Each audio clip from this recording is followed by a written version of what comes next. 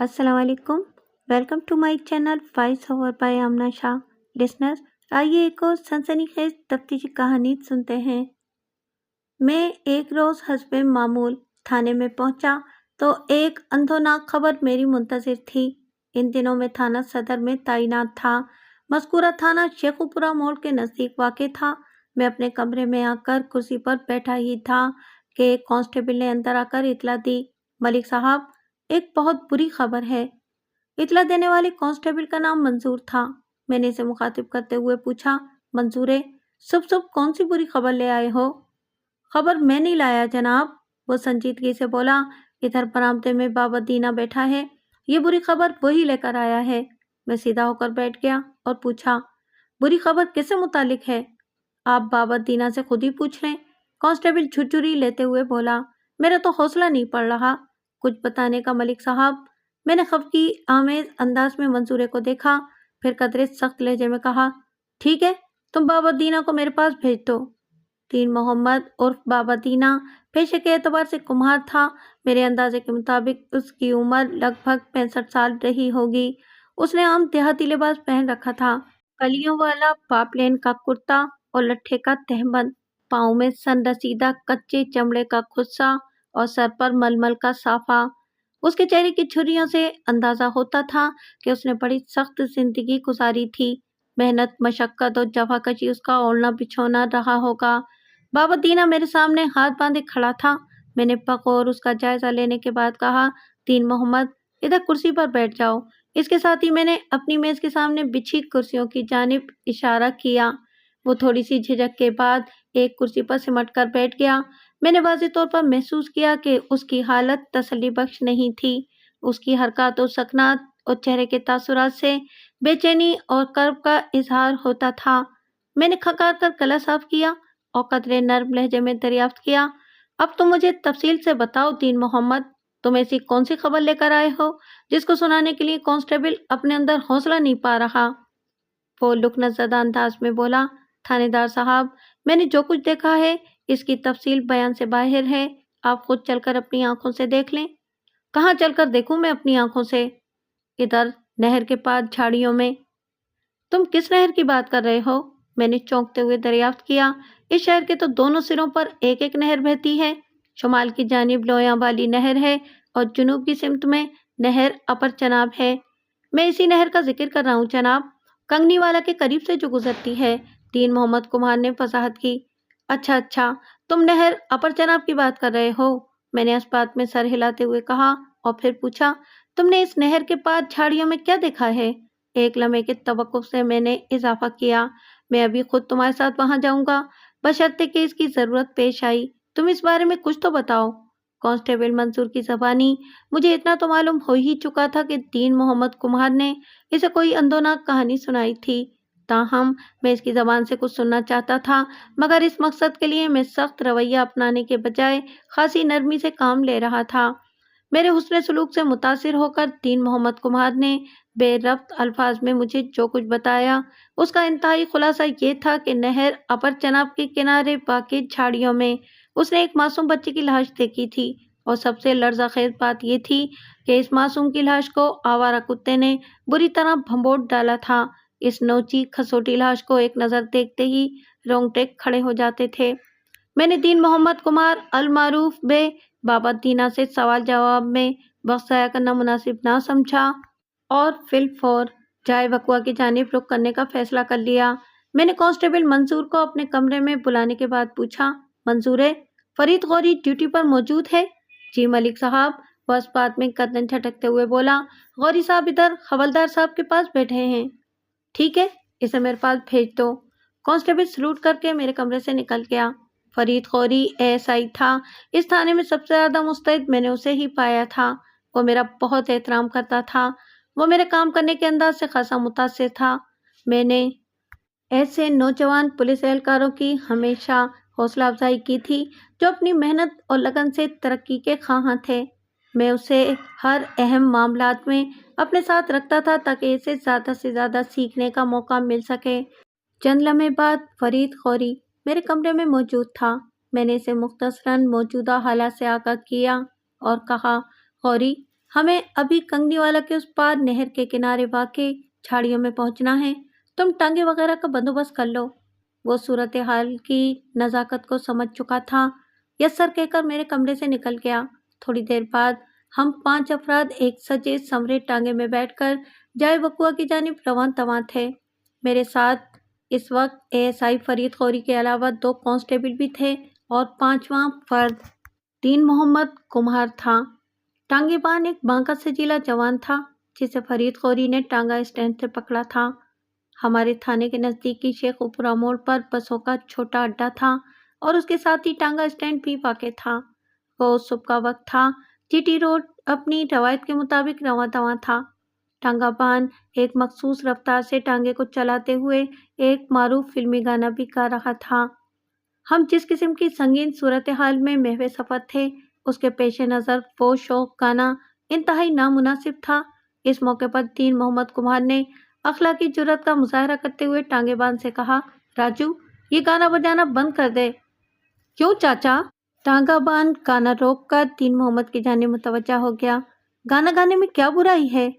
دین محمد نے نہایتی مختصر الفاظ میں راجو نامی ٹانگا بان کو حالات کی نزاکت کے بارے میں بتایا تو وہ افسردہ نظر آنے لگا۔ اب گلوکاری کے بجائے اس کی پوری توجہ ٹانگا بانی کی جانب مبذول ہو چکی تھی۔ میں نے دین محمد سے پوچھا، کیا تم اس کوچوان کو جانتے ہو؟ یہ سوال میں نے اس بنیاد پر کیا تھا کہ دین محمد نے اسے راجو کے نام سے مخاطب کیا تھا، جس کا صحیح مطلب تو یہی تھا کہ ان میں پہلے سے جان پہچان رہی ہوگی۔ دین محمد نے میرے سوال کا جواب اثبات میں دیا، تھانے دار صاحب، راجو بھی کنگنی والا ہی کا رہنے والا ہے۔ پھر تو یہ بھی جانتا ہوگا کہ نہر کے اس پار جھاڑیوں میں کیا واقعہ پیش آ چکا ہے؟ میں نے تیز لہجے میں کہا، دین محمد تم بھی تو کنگنی والا ہی میں رہتے ہو؟ جی تھانے دار صاحب، دین محمد نے کہا، راجو کا گھر میرے گھر سے زیادہ دور نہیں، لیکن جب میں نہر کی جانب سے واپس گاؤں آیا تو راجو اس وقت تک ٹانگا لے کر گھر سے نکل چکا تھا۔ مجھے یقین ہے کہ یہ جھاڑیوں والے واقعے کے بارے میں کچھ نہیں جانتا۔ میں نے دین محمد کے بیان کی تصدیق کے لیے راجو سے 2-4 سوال کیے، جس سے میں نے یہی نتیجہ اخذ کیا کہ راجو واقعی اس سلسلے میں معلومات نہیں رکھتا تھا۔ تھوڑی دیر بعد ٹانگا کنگنی والا کے نزدیک پہنچ گیا۔ میں نے دین محمد سے پوچھا، اب کس سمت سے آگے بڑھنا ہے؟ میرا خیال ہے کہ GT روڈ والا راستہ ہی ٹھیک رہے گا، دین محمد کے بجائے راجو نے کہا۔ نہر کا پل پار کر کے نہر کے ساتھ ساتھ ٹانگے کو موڑ لیں گے۔ ویسے آپ جو بھی حکم کریں تھانے دار صاحب۔ میں نے سوالیہ نظر سے دین محمد کمار کو دیکھا۔ وہ جلدی سے بولا، یہی راستہ ٹھیک رہے گا۔ اگر ہم کنگنی والا میں داخل ہو گئے تو نہر کے پار پہنچنا خاصا دشوار ہو جائے گا۔ راستے میں ریلوے لائن کا بھی مسئلہ ہے۔ راجو کی تجویز نہایت مناسب ہے۔ GT روڈ کی دونوں جانب مختلف فیکٹریوں اور کارخانوں کو اپنے پیچھے چھوڑتے ہوئے ہم نہر کے پل پر پہنچ گئے۔ نہایت متوازن رفتار سے ٹانگے نے پل پار کر لیا۔ پل کی دوسری طرف پہنچتے ہی دین محمد کمار نے ٹانگے بان راجو کو ہدایت دی، ٹانگا کھبے ہاتھ موڑ لو راجو۔ راجو نے زبان سے مخصوص آواز نکال کر گھوڑے کا رخ دین محمد کمار کی ہدایت کے مطابق موڑ لیا۔ اس جانب نہر کے ساتھ ساتھ کچا راستہ تھا۔ اسے باقاعدہ راستہ تو نہیں کہا جا سکتا تھا، بس یوں سمجھ لیں کہ اس راہ گزر پر ٹانگا، ریڑا یا بیل گاڑی وغیرہ چلائی جا سکتی تھی۔ در حقیقت یہ مویشیوں کے گزرنے کا راستہ تھا جو نہر کی ڈھلوان کے ساتھ ساتھ کھیتوں کی حد تک پہنچ کر ختم ہو جاتا تھا۔ 3-4 منٹ کے ہچکولے دار سفر کے بعد ہم جائے وقوع پر پہنچ گئے۔ مذکورہ جھاڑیوں کے قریب چند افراد کو دیکھ کر اندازہ لگایا جا سکتا تھا کہ اس سنگین واقعے کی خبر نزدیک بسنے والوں تک پہنچ چکی تھی۔ تقریباً درجن بھر افراد ایک چھوٹے سے مجمع کی صورت میں وہاں موجود تھے۔ میں بڑی پھرتی سے ٹانگے سے اترا اور دین محمد کمار کی معیت میں مذکورہ جھاڑیوں میں پہنچ گیا۔ اس دوران میں وہاں موجود افراد میں سے کسی نے معصوم بچے کی لاش کو ایک پھول دار چادر سے ڈھانپ دیا تھا۔ میں نے وہاں اکٹھا افراد کو پیچھے ہٹایا اور دل کڑا کر کے ننھی لاش پر سے چادر اٹھا دی۔ ایک روح خراش منظر میری نظر کو گھائل کر گیا۔ چند ساعتوں کے بعد میں نے بے حرمت ننھی لاش کو دوبارہ چادر سے ڈھانپ دیا۔ میں نے جو کچھ دیکھا تھا اس کی تفصیل بیان کرنے کے لیے سینے میں پتھر کا دل ہونا ضروری ہے۔ میں اس خاصیت سے محروم ہوں، لہٰذا اس دل پاش تفصیل میں جائے بغیر میں حالت کا تقاضا نبھاتے ہوئے صرف اتنا کہوں گا کہ آوارہ کتوں نے معصوم لاش کے ساتھ وحشیانہ سلوک کیا تھا۔ میری تجربے کار نگاہ نے ایک پل میں اندازہ لگا لیا تھا کہ کتوں کی کارروائی سے پہلے وہ بچہ زندگی کی قید سے رہائی پا چکا تھا۔ اس وقت اس بد نصیب بچے کی شناخت لگ بھگ معدوم ہو چکی تھی۔ اس کا نصف سے زیادہ چہرہ، دایاں بازو، دائیں ٹانگ اور پیٹ کا غالب حصہ وحشی کتوں کی خوراک بن چکا تھا۔ میں نے اس ستم نصیب بچے کی عمر کا اندازہ 3 سال کے قریب قریب لگایا۔ اس کے بدن پر ایک سیاہ نیکر کے سوا لباس نام کی کوئی چیز موجود نہیں تھی۔ اس ہولناک منظر نے میرا دل لرزا دیا تھا۔ میں نے اپنی پیشہ ورانہ زندگی میں جو دل دوز مناظر دیکھے ہیں، ان میں وہ سر فہرست کہا جا سکتا تھا۔ میں 10-15 منٹ تک سر جھکائے افسردہ انداز میں کھڑا رہا، اگرچہ اس وقت میرا دل تو یہی چاہ رہا تھا کہ سب کچھ چھوڑ چھاڑ کر کسی کونے میں جا بیٹھوں۔ یہ دنیا اور دنیا میں پائی جانے والی چیزیں مجھے بے وقت اور بے کیف محسوس ہو رہی تھیں۔ دل و دماغ پر ایک بوجھ سا تھا، مگر اپنے پیشے کے تقاضے مجھے مجبور کر رہے تھے کہ جائے وقوع کی ضروری کارروائی سب جذبوں اور خواہشوں پر مقدم تھی۔ چنانچہ میں نے فوراً اپنی کیفیت پر قابو پایا اور جائے وقوع پر موجود افراد کی جانب متوجہ ہو گیا۔ اب ان کی تعداد 2 درجن کے قریب ہو چکی تھی۔ جائے واردات کے نزدیک ترین جو گاؤں پائے جاتے تھے، ان میں کنگنی والا، تھیڑی سانسی اور پیلی والا شامل تھے۔ سب سے قریب تھیڑی سانسی تھی۔ موقع پر موجود افراد میں ان تینوں گاؤں کے لوگ شامل تھے۔ کنگنی والا سے تو دین محمد کمار اور راجو ٹانگا بان بھی تعلق رکھتا تھا، مگر حیرت کی بات یہ تھی کہ ان افراد میں سے کسی ایک نے بھی ننھے بچے کی لاش کو شناخت نہیں کیا تھا۔ اس کی ایک بڑی وجہ تو یہی ہو سکتی تھی کہ وہ لاش شناخت کے قابل ہی نہیں رہی تھی۔ میں نے جائے وقوع کا تفصیلی نقشہ تیار کیا۔ جائے واردات سے مجھے چند اہم چیزیں ملی تھیں۔ میں نے ابتدائی رپورٹ میں ان کا اندراج کیا۔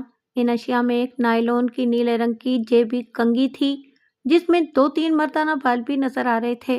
شوقین نوجوان اس قسم کی کنگھی اپنی جیب میں رکھتے تھے۔ اس کے علاوہ بوسکی کے کپڑے کا ایک چھوٹا رومال تھا، جس کے کونے پر خوش رنگ تتلی کو کاڑا گیا تھا۔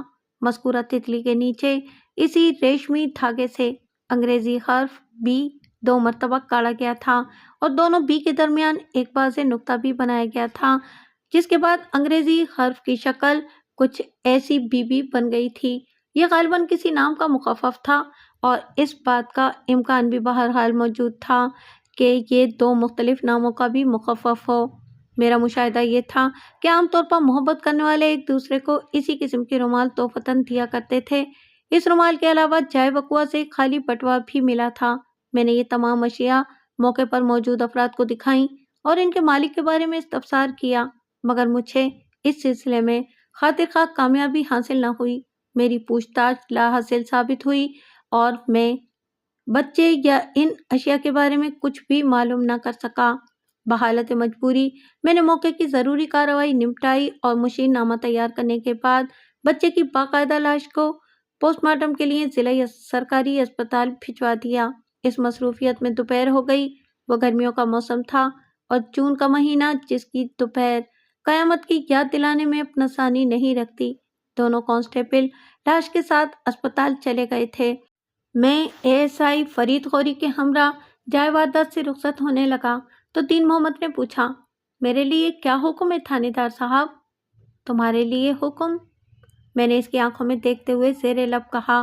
کافی دیر سے میرے ذہن میں ایک بات کھٹک رہی تھی، مگر وہ بات کیا تھی یہ سمجھ میں نہیں آ رہا تھا۔ اب دین محمد نے سوال کیا تو وہ بات میری سوچ میں واضح ہو گئی۔ اسی روشنی میں نے دین محمد کمار سے سوالات شروع کر دیے۔ میں نے کہا، تمہارے لیے فوری حکم تو یہ ہے کہ تمہیں میرے چند سوالات کے جواب دینا ہوں گے۔ پوچھیں جی، وہ الجھن زدہ لہجے میں بولا۔ میں نے کہا، مگر ایک شرط ہے دین محمد۔ وہ کیا جی؟ شرط یہ ہے دین محمد، میں نے اسے ٹٹولتی ہوئی نظر سے دیکھا اور کہا کہ تم میرے سوالوں کا بالکل ٹھیک ٹھیک جواب دو گے۔ وہ مسکین صورت بنا کر بولا، مائی باپ، میں آپ سے جھوٹ بولنے کا تصور بھی نہیں کر سکتا۔ آپ جو کچھ بھی، میں نے قطع کلامی کرتے ہوئے کہا، دین محمد، تم مجھ سے عمر میں لگ بھگ دگنا ہو، پھر بھی مجھے مائی باپ کہہ رہے ہو، کچھ تو خیال کرو چاچا۔ وہ جھینپ گیا اور پھر سنبھلتے ہوئے بولا، یہ تو میں نے قانون کے احترام میں کہا تھا۔ ہاں ٹھیک ہے، تھانے دار صاحب کہہ لو۔ दीन मोहम्मद कुमार ने मुझे कहा, थानेदार साहब, आप मुझसे जो कुछ भी पूछेंगे मैं इसका 16 आने सही जवाब दूंगा और मेरा आपसे वादा है कि रत्ती बराबर भी झूठ नहीं बोलूँगा। मैंने पूछा, दीन मोहम्मद, तुमने बताया है कि तुम कंगनीवाला में रहते हो? जी, मैंने यही बताया है और ये बात सच है, उसने जवाब दिया। कंगनीवाला से नहर का ये किनारा अच्छे खासे फासले पर है। मैंने कहा, तुम सुबह यहाँ क्या लेने आए थे? उसने शाकी नज़र से मुझे देखा और ठहरे हुए लहजे में बोला, थानेदार साहब, जैसा कि आपको पता है कि मैं एक कुम्हार हूँ। मेरे पेशे में हर तरफ मट्टी ही मट्टी है, कहीं खुश्क मट्टी, कहीं गीली मट्टी। बस यूँ समझ लें कि मट्टी और कुम्हार का जन्म जन्म का साथ है। मैं भी अपनी ज़रूरत को पूरा करने के लिए रोज़ाना सुबह मट्टी की तलाश में निकलता हूँ। इसकी तवील वजाहत खत्म हुई तो मैंने पूछा, तो तुम आज सुबह मट्टी की तलाश में इस तरफ आए थे? उसने इस बात में सर हिलाया और बताया, मेरे साथ साबू और मोती भी थे, बल्कि मोती ही ने इन झाड़ियों तक मेरी रहनुमाई की थी। ये साबू और मोती कौन है? वो तामुल करते हुए बोला, साबू मेरे गधे का नाम है। साबू मट्टी ढोने के काम आता है, जबकि मोती मेरे टेडी कुत्ते का नाम है। इसी के भौंकने पर मैं झाड़ियों की तरफ मुतवज्जा हुआ था, वरना मैं तो नहर के किनारे अपने काम में मसरूफ था। यानी तुम नहर के किनारे से मट्टी निकाल रहे थे? जी थानेदार साहब, क्या तुम्हें मालूम है कि ऐसा करना कानूनन जुर्म है? मैंने कदरे सख्त लहजे में कहा, इस अमल को अगर मुसलसल किया जाए तो नहर का किनारा टूटने का अंदेशा भी होता है। वो सहमे हुए लहजे में बोला, मुझे ये बात मालूम नहीं थी जनाब। अब तो मालूम हो गई है ना? जी, चंगी तरह मालूम हो गई है। वो दोनों हाथ जोड़ते हुए बोला, आप मुझे माफ़ कर दें, आइंदा मैंने अपना रिस्क रोजगार के लिए इस तरफ नहीं आना। मैंने पूछा, दीन मोहम्मद, तुम्हारे गांव कंगनीवाला नहर की दूसरी जानिब वाक़ है, फिर तुम इस तरफ क्यों आते हो मट्टी निकालने? बस जी, जहाँ से ज़्यादा और चिकनी मिट्टी का आसरा होता है मैं उसी तरफ जाता हूँ। मैंने एक फौरी ख्याल के तहत पूछा, दीन मोहम्मद, तुम्हारी रिहाइश कौन से कंगनीवाला में है? कंगनीवाला तो एक ही है जनाब, वो ताज्जुब खेज अंदाज में बोला। हाँ, है तो एक ही, ये बात तो मैं जानता हूँ, मगर वो एक कंगनीवाला 2 हिस्सों में बटा हुआ है। मैंने वजाहती अंदाज में कहा, एक जीटी रोड की तरफ और दूसरा उस तरफ। तुम मशरकी कंगनीवाला में रहते हो या मगरबी में? वो मेरा मकसद समझने के बाद बोला, जनाब मैं उस तरफ रहता हूँ जहाँ रेलवे लाइन है, इधर छोटे कब्रिस्तान के नज़दीक मेरा घर है। अच्छा, तो तुम मशक की जानिब वाकई कंगनीवाला में रहते हो? मैंने पुरसोच अंदाज में कहा। फिर सवाल किया, दीन मोहम्मद, क्या ये मुमकिन नहीं कि इस मजलूम बच्चे का ताल्लुक उस तरफ वाले कंगनीवाला से हो? क्या तुम वहाँ बसने वाले लोगों से अच्छी तरह वाकिफ हो? वो तामुल करते हुए बोला, चंद एक को तो जानता हूँ जनाब, बहुत ज़्यादा वाकफियत तो नहीं है। मैं इस बच्चे को तो बिल्कुल ही नहीं जानता। एक लम्हे के तवक्कुफ से उसने कहा, यह भी तो हो सकता है जनाब, इस बच्चे का ताल्लुक आले दुआले के किसी और पिंड से हो। हाँ भाई, होने को तो बहुत कुछ हो सकता है, मैंने सरसरी अंदाज में कहा। फिर वहाँ मौजूद दूसरे अफराद की जानिब मुतवज्जा हो गया। मैंने इनमें से चंद मोतबर और चाको चौबंद अफराद का इंतखाब किया और इनकी ड्यूटी लगा दी कि वो अपने अपने गांव में इस नामालूम बदनसीब बच्चे के बारे में मालूम करें और जैसे ही कोई अहम खबर मिले वो मेरे पास थाने आकर इतला दें। इन अमूर से फारिग हुआ तो एएसआई ने मुझसे पूछा, मलिक साहब, अब आपका क्या इरादा है? मैंने कहा, हम कंगनीवाला से होते हुए थाने जाएंगे। फिर मैंने वजाहत की, सड़क की मगरबी जानिब वाला कंगनीवाला, जहाँ गवर्नमेंट प्राइमरी स्कूल भी है। ये एक इत्तेफाक ही था कि मौके पर मौजूद अफराद में कोई भी इस कंगनीवाला से ताल्लुक नहीं रखता था, वरना हमें उधर का रुख न करना पड़ता।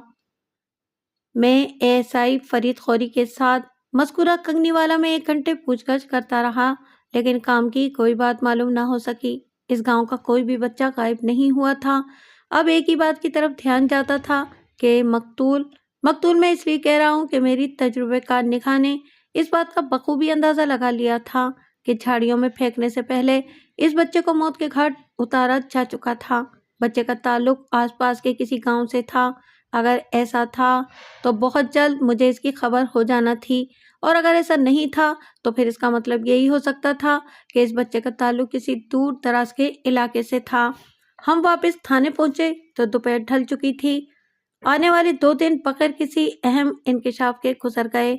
इस दौरान में पोस्टमार्टम की इब्तिदाई रिपोर्ट आ चुकी थी और इस रिपोर्ट के मुताबिक नामालूम मकतूल बच्चे की मौत 6 जून की शाम 8 और 10 बजे के दरमियान वाक़ हुई थी। रिपोर्ट में वाज़ेह तौर पर लिखा हुआ था। इसकी गर्दन पर ऐसे निशानात भी मिले थे जिनसे ज़ाहिर होता था कि इसका गला मजबूत मर्दाना खातों ने दबाया था। इससे ये बात साबित होती थी कि बच्चे को मौत के मुंह में धकेलने के बाद झाड़ियों में फेंक दिया गया था और कुत्तों वाली कार्रवाई बाद में रात के किसी हिस्से में अंजाम पाई थी। मैंने नामालूम बच्चे की लाश को अस्पताल के सर्द खाने में महफूज करवा दिया। पता नहीं क्या बात थी कि मुझे रह रहकर ये एहसास हो रहा था कि इस बच्चे से मुतालिक जल्द ही कोई अहम इत्तला मुझ तक पहुंचने वाली है। इसी शाम मेरा ये एहसास रंग ले आया। मैं थाने से उठने का इरादा कर ही रहा था कि चंद अफराद मेरे पास पहुंचे। मुझे बताया गया कि वो मौजा कंगनीवाला से आए थे। कंगनीवाला का वो हिस्सा जहां मैं एएसआई के साथ पूछगछ करने गया था। इन अफराद में से जिसने मुझसे गुफ्तगू का आगाज किया उसका नाम रहीम यार था। रहीम यार की उम्र 50 और 55 के दरमियान होगी। उसने मुझे मुखातिब करते हुए कहा, थानेदार साहब, हम इस बच्चे की लाश देखना चाहते हैं। लाश तो इस वक्त अस्पताल के मुर्दा खाने में है। मैंने कहा, कोई खास बात हो तो मुझे बताएं। मैंने सवालिया नजर से इसे देखा। रहीम यार ने अपने करीब खड़े एक शख्स की तरफ इशारा किया और बोला, ये मेरा जवाई सिकंदर अली है, इधर अहमदाबाद में रहता है। इसका 3 साला बच्चा यानी मेरा नवासा पप्पू कहीं खो गया है। हम इसी सिलसिले में इस बच्चे की लाश देखना चाहते हैं। मैं सीधा होकर बैठ गया। ये इस सिलसिले की पहली अहम इतला थी। मैंने बराह रास्त गुमशुदा बच्चे के बाप सिकंदर अली को मुखातिब किया। तुम्हारा बेटा पप्पू कब से लापता है? वो 6 तारीख की शाम से गायब है। सिकंदर अली ने संजीदा लहजे में जवाब दिया। मैंने पूछा, वो कहाँ से गायब हुआ था? अपने घर के बाहर बच्चों के साथ खेल रहा था, सिकंदर अली ने बताया। जब अंधेरा हो जाने पर भी वो घर नहीं आया तो हमें तशवीश हुई। हमने इसकी तलाश में कोई कसर नहीं छोड़ी। अब यहाँ बच्चे के ननिहाल आया था। यहाँ आकर मुझे मालूम हुआ कि चंद रोज पहले उधर नहर के पास झाड़ियों में से उसकी आवाज़ फर्रा गई और वो खामोश होकर हाथ की पुश्त से आंखें मलने लगा। मैं समझ गया कि गुमशुदा बच्चे का बाप इस वक्त किस कर्ब से गुजर रहा था। चंद लम्हे खामोश रहने के बाद मैंने कतरे नर्म लहजे में दरियाफ्त किया, सिकंदर अली, तुम्हारे ससुर रहीम यार ने बताया कि तुम अहमदाबाद में रहते हो। मैंने इतना कहकर उसके चेहरे का जायजा लिया और फिर पूछा, क्या तुम्हारा बच्चा पप्पू अहमदाबाद ही से गुम हुआ है? जी हाँ, वो वहीं घर के सामने गली में से गायब हुआ था। जब वो गली में खेल रहा था तो उसने क्या पहन रखा था? मैंने पूछा। थानेदार साहब, सिकंदर अली बोझल लहजे में बोला, आजकल सख्त गर्मी का मौसम है। बच्चे और खुसूसन छोटे बच्चे तो नंगे पतंगे ही दौड़ते फिरते रहते हैं, मगर पप्पू ने, उसकी माँ ने उसे काले रंग की एक नेकर पहना रखी थी। काले रंग की नेकर के जिक्र पर मैं चौंक उठा। नामालूम मकतूल बच्चे के बदन पर भी सिर्फ एक स्याह नेकर ही थी। मैंने मजीद तस्दीक के लिए सिकंदर अली से पूछा, वो काली नेकर किस कपड़े की थी? मलेशिया की जनाब। सिकंदर अली के जवाब ने इस बात की तस्दीक कर दी कि नामालूम मकतूल बच्चा उसका बेटा पप्पू हो सकता था, क्योंकि मज़कूरा बच्चे के बदन पर पाई जाने वाली नेकर भी मलेशिया के कपड़े की ही थी। मैंने खकार कर गला साफ किया और ठहरे हुए लहजे में बोला, ज़्यादा इम्कान तो इसी बात का है कि नहर के करीब झाड़ियों में से हमें जो लाश मिली है वो आप ही के बच्चे पप्पू की हो सकती है। मैं अभी आपको एएसआई फरीद खौरी के साथ अस्पताल भेजता हूँ। मजीद तस्दीक वहाँ जाकर हो जाएगी। सिकंदर अली का ससुर भी अस्पताल जाने का इरादा रखता था, मगर मैंने इसे थाने ही में रोक लिया और दीगर अफराद को भी न जाने दिया। सिर्फ सिकंदर अली को अस्पताल की तरफ रवाना कर दिया। मेरे इस अमल पर रहीम यार ने मुझसे पूछा, थानेदार साहब, आपने मुझे थाने में क्यों रोक लिया है? अस्पताल में ज़्यादा भीड़ लगाना मुनासिब नहीं होता, मैंने समझाने वाले अंदाज में कहा। वैसे भी मैं तुम लोगों से कुछ ज़रूरी बातें पूछना चाहता हूँ। ज़रूरी बातें? रहीम यार ने उलझन सदा नज़र से मुझे देखा। मैंने कहा, हाँ, ज़रूरी बातें। वो सब मेरी जानिब मुतवज्जा हो गए। इनमें से कोई भी ऐसा शख्स नहीं था जिससे मैं पहले मिल चुका हूँ। मैंने बारी बारी सबको देखा और मुश्तरका तौर पर पूछा। 7 तारीख को जब मैं कंगनीवाला में बच्चों के सिलसिले में पूछगछ करने गया था तो तुम में से कोई भी मुझसे नहीं मिला था। इसकी कोई ख़ास वजह थी? रहीम यार ने मेरे सवाल का मकसद जान लिया और बोला, थानेदार साहब, इस रोज़ मैं घर पर नहीं था। اور اس نے وہاں موجود افراد کی جانب اشارہ کرتے ہوئے بتایا، ان میں سے صرف ریاض کنگنی والا کا رہنے والا ہے، باقی تو سکندر علی کے ساتھ ایمن آباد سے آئے ہیں۔ میں نے ریاض نامی نوجوان کو مخاطب کرتے ہوئے پوچھا، تم اس روز کہاں تھے؟ میں راہوالی گیا ہوا تھا، اس نے جواب دیا۔ راہوالی؟ کس کام سے گئے تھے تم؟ اپنے بہنوئی سے ملنے گیا تھا۔ تم کام کیا کرتے ہو؟ میں کپڑے کی مل میں کام کرتا ہوں۔ کون سی مل؟ ریاض نے جواب دیا، زیبائش مل میں۔ زیبائش مل سے میں اچھی طرح واقف تھا، وہ کنگنی والا کے نزدیک ہی جی ٹی روڈ پر واقع تھی۔ ریاض کی عمر لگ بھگ 25 سال تھی، اس نے چھوٹی چھوٹی داڑھی بھی رکھی ہوئی تھی، وہ چہرے مہرے سے ایک معقول اور شریف انسان دکھائی دیتا تھا۔ اس کی باتوں سے میں نے اندازہ لگایا کہ اس نے درو کوئی سے کام لینے کی کوشش نہیں کی تھی، پھر بھی میں نے احتیاطاً قدرے سخت لہجے میں کہا، ریاض، اگر بعد میں تمہاری کوئی بات جھوٹی نکلی تو سمجھ لینا میں تمہارے ساتھ کوئی رعایت نہیں کروں گا۔ وہ جذباتی لہجے میں بولا، اگر میں نے غلط بیانی سے کام لیا ہو تو جو چور کی سزا وہ میری سزا، اس سے زیادہ میں اور کیا کہہ سکتا ہوں جناب؟ میں ریاض کو چھوڑ کر رحیم یار کی طرف متوجہ ہو گیا اور کہا، رحیم یار، اپنے ایمن آباد سے آنے والے مہمانوں سے کہو کہ وہ باہر برآمدے میں بیٹھیں۔ رحیم یار نے میرے حکم کی تعمیل کی اور باقی ماندہ 2 افراد کو وہ برآمدے میں چھوڑ کر واپس میرے پاس آ گیا۔ میں نے اسے مخاطب کرتے ہوئے کہا، رحیم یار، 7 جون کی دوپہر تم اپنے گھر میں نہیں تھے؟ یہ ابھی تم ہی نے مجھے تھوڑی دیر پہلے بتایا ہے۔ میں یہ جاننا چاہتا ہوں کہ تم مذکورہ روز کہاں گئے ہوئے تھے؟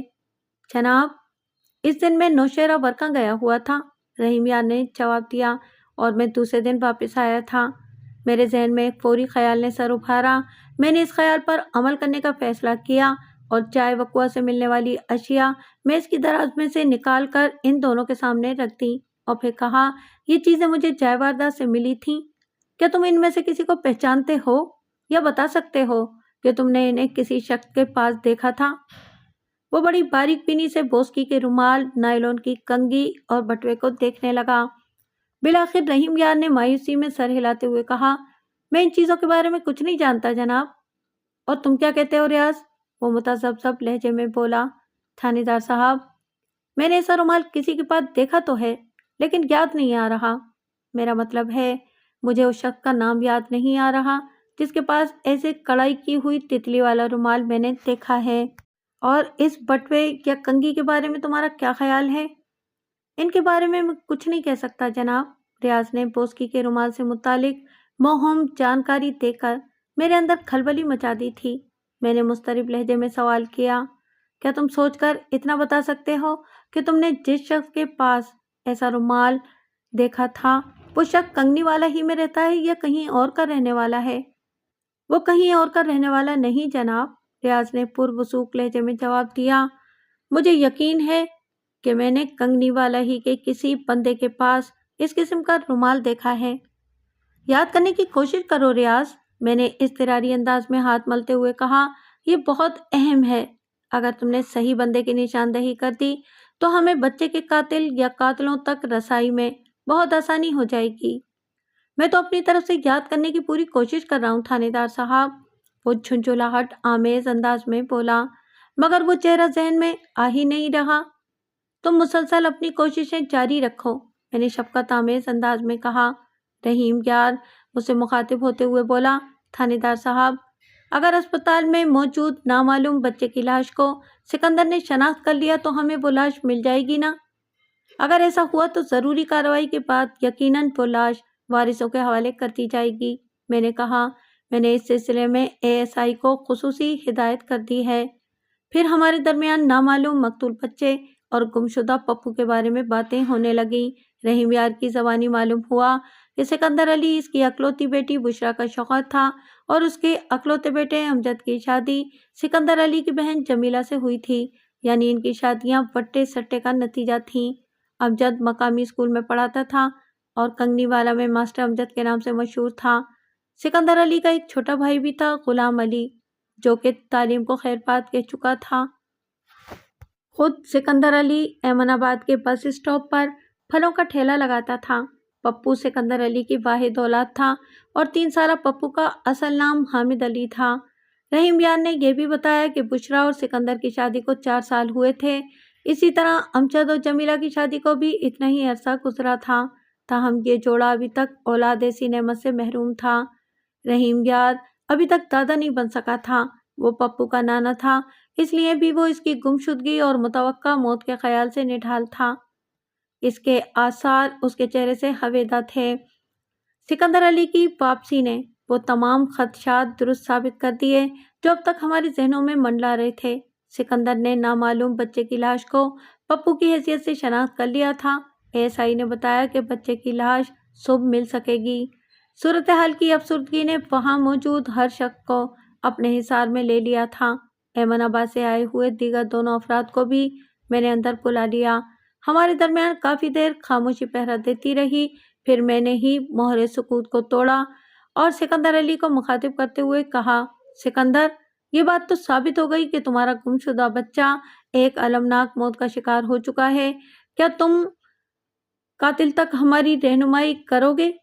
वो गुलूगीर लहजे में बोला, मैं इस सिलसिले में आपकी क्या मदद कर सकता हूँ? तुम बहुत कुछ कर सकते हो, मैंने तसल्ली आमेज लहजे में कहा। तुम्हारे ताउन से हम कातिल तक रसाई हासिल कर सकते हैं। वो किस तरह जनाब? उसने चौंकते हुए लहजे में इस्तफसार किया। वो इस तरह कि तुम मुझे बताओगे कि तुम्हारा दुश्मन कौन था। इंसान के जहाँ 10 दोस्त होते हैं वहाँ एक आध दुश्मन भी होता है जनाब। वो रुहासी आवाज में बोला, मैं कुछ कह नहीं सकता। मुझसे ऐसी दुश्मनी किसने की होगी? अहमदाबाद में तुम्हारा किसी से झगड़ा वगैरह तो नहीं हुआ था? नहीं जनाब, मैं तो बहुत सुलझू आदमी हूँ।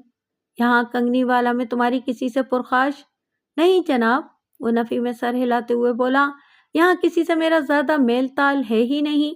मैं सीधा अपनी ससुराल आता हूँ और सीधा वापस चला जाता हूँ। न किसी से दोस्ती और न ही दुश्मनी गांठी है मैंने कहा, एक बात तो तुम भी तस्लीम करोगे सिकंदर अली? वो सवालिया नजर से मुझे देखने लगा। मैंने वजाहत करते हुए कहा, ये काम कोई ऐसा शख्स ही कर सकता है जो तुमसे शदीद नफरत करता हो। क्या तुम्हारे जहन में कोई ऐसा शख्स है जो तुम्हें असियत देने के लिए तुम्हारे लख्ते जिगर को मौत के हवाले कर सकता हो? एक लम्हे के तवक्कुफ से मैंने पोस्टमार्टम रिपोर्ट की रोशनी में कहा, यह बात साबित हो चुकी है कि पप्पू को गला घोटकर मौत से हमकिनार किया गया था।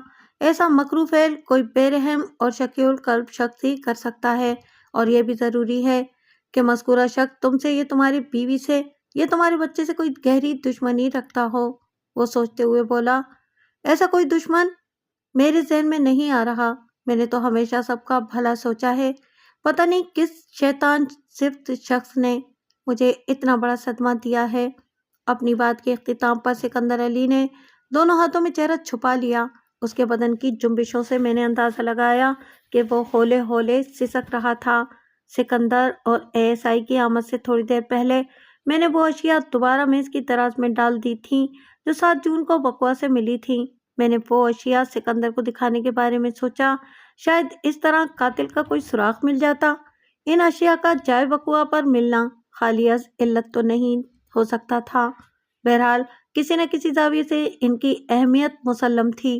मैंने वो तीनों अशिया, बोस्की का रुमाल, नायलॉन की नीली कंगी, बटवा, दोबारा मेज की दराज में से बरामद की और सिकंदर अली की जानिब बढ़ाते हुए इसे मुखातिब किया। वह अभी तक हाथों में सर दिए सिसक रहा था। सिकंदर अली, जरा इन चीज़ों को तो देखो। मेरे मुखातिब करने पर उसने सर उठाया। मैंने देखा उसकी आंखों के गोशे नम हो रहे थे। उसने हाथों से अपने आंसू पोंछे और इन अशिया पर नजर डाली और पूछा, ये क्या है थानेदार साहब? मैंने उसके चेहरे का बगौर जायजा लिया। वहां उदासी और यासियत के सिवा कुछ भी नहीं था। मैंने हमदर्दी आमेज लहजे में कहा, ये चीजें मुझे जाए बकुआ से मिली थी। इनको पहचानने की कोशिश करो। क्या तुमने इनमें से कोई चीज पहले कभी देखी है? और अगर देखी है तो किसके पास देखी है? वो यकटुक मेज पर फैली हुई अशिया को घूरने लगा। मैंने हौसला अफजा लहजे में कहा, तुम यकीनन ये चाहोगे कि तुम्हारे बच्चे का कातिल जल्द से जल्द हमें दस्तयाब हो जाए और हमारी पकड़ में आने के बाद वो जालिम और बेरहम इंसान अपने अंजाम में वाकई तक भी पहुंचे। वो चंद लम्हे खामोश रहने के बाद बोला, मैंने इन अशिया को पहले कभी नहीं देखा। अलबत्ता, उसने दानिस्ता जुमला अधूरा छोड़ दिया। मैंने जल्दी से पूछा, अलबत्ता क्या सिकंदर अली? उसने ख्वाबनाक अंदाज में मुझे देखा और बोस्की का कड़ा हुआ रुमाल एक हाथ में लेते हुए बोला, ये रुमाल आपको कहाँ से मिला है? میں نے بتایا ہے نا کہ یہ مجھے چائے وقوع سے ملا تھا، میں نے کہا۔ وہ متذبذب انداز میں بولا، مگر یہ رومال تو… اس نے ایک مرتبہ پھر جملہ نامکمل چھوڑ دیا۔ میں نے پوچھا، سکندر علی، کیا اس رومال کے حوالے سے تمہیں کوئی خاص بات یاد آ رہی ہے؟ ہاں، بات تو خاص ہی ہے، وہ آنکھیں جھپکتے ہوئے بولا، لیکن میری سمجھ میں نہیں آ رہا کہ یہ رومال جائے واردات پر کس طرح پہنچ گیا۔ کیا تم نے اس رومال کو کہیں اور دیکھا تھا؟ وہ اس بات میں گردن ہلانے لگا۔ میں نے پوچھا، کہاں دیکھا تھا تم نے یہ رومال؟ میں نے یہ رومال اپنی بیوی کے پاس دیکھا تھا، وہ گمبھیر لہجے میں بولا۔ بشریٰ کے پاس؟ یہ سوال رحیم یار نے کیا تھا۔ ہاں چاچا، میں نے یہ رومال بشریٰ ہی کے پاس دیکھا تھا، وہ گہری سنجیدگی سے بولا۔ میں نے یہ رومال بشریٰ کو کاٹتے ہوئے بھی دیکھا تھا، اور یہ بشریٰ کو معلوم نہیں، میں نے چھپ کر دیکھا تھا۔ مگر یہ رومال ایمن آباد سے کنگنی والا کے نزدیک نہر کے اس پار کس طرح پہنچ گیا؟ میں نے ایک فوری خیال کے تحت پوچھا، سکندر علی، تمہاری بیوی کا پورا نام کیا ہے؟ بشریٰ بیگم، اس نے جواب دیا۔ میں نے زیر لب دہرایا، بی سے بشریٰ اور بی سے بیگم، گویا رومال پر کڑا ہوا بی بی بشریٰ بیگم کا مخفف ہو سکتا تھا، مگر یہ بات میرے حلق سے نہیں اتر رہی تھی کہ بشریٰ کا رومال جائے واردات پر کیوں کر پایا گیا تھا۔ اس وقت میرا ذہن نہایت تیز رفتاری سے کام کر رہا تھا۔ میرا قیاس یہ تھا کہ بشریٰ نے وہ رومال کسی کو تحفہ دینے کے لیے کاڑا ہوگا، اور یہ بھی ممکن تھا کہ میرا قیاس سراسر غلط ثابت ہو۔ اس حوالے سے میں نے سکندر علی کو نہایت محتاط انداز میں ٹٹولنا شروع کیا۔ سکندر علی، تم نے بتایا کہ تم نے چھپ کر اپنی بیوی کو یہ رومال کاٹتے ہوئے دیکھا تھا، کیا تم نے اس سے پوچھا تھا کہ وہ یہ رومال کس کے لیے کاٹ رہی ہے؟ وہ نفی میں سر ہلاتے ہوئے بولا، میں نے اس بارے میں بشریٰ سے کوئی سوال نہیں کیا تھا۔ کیوں؟ میں نے معترض انداز میں کہا۔ اس لیے کہ وہ اکثر مجھ سے اکھڑی اکھڑی رہتی ہے، سکندر نے بتایا۔ میں نہیں چاہتا تھا کہ اس قسم کے سوال کر کے گھر کی فضا کو مزید زہریلا بنا دوں۔ گویا تمہارے گھر کی فضا زہر آلود ہے، میں نے چپتے ہوئے لہجے میں دریافت کیا۔ وہ کمزور آواز میں بولا، بس کچھ ایسی ہی بات ہے۔ اس موقع پر رحیم یار نے مداخلت ضروری سمجھی۔ وہ میری جانب متوجہ ہوتے ہوئے بولا، تھانے دار صاحب، وہ کون سا گھر ہے جہاں اونچ نیچ نہیں ہوتی؟ ایک گھر میں رہتے ہوئے برتن سے برتن تو ٹکراتا ہی ہے۔ جناب، یہ موقع ایسی باتوں کو لے کر بیٹھنے کا نہیں ہے۔ اس وقت تو ہم پر ایک ناگہانی اکتاہٹ پڑی ہوئی ہے۔ ایک لمحے کو وہ سانس لینے کے لیے رکا اور پھر بات کا رخ تبدیل کرتے ہوئے مجھ سے پوچھنے لگا، کیا کل صبح اسپتال والے پپو کی لاش ہمیں دے دیں گے؟ ہاں یقیناً، میں نے پروسوک انداز میں جواب دیا۔ ASI نے مجھے یہی بتایا ہے۔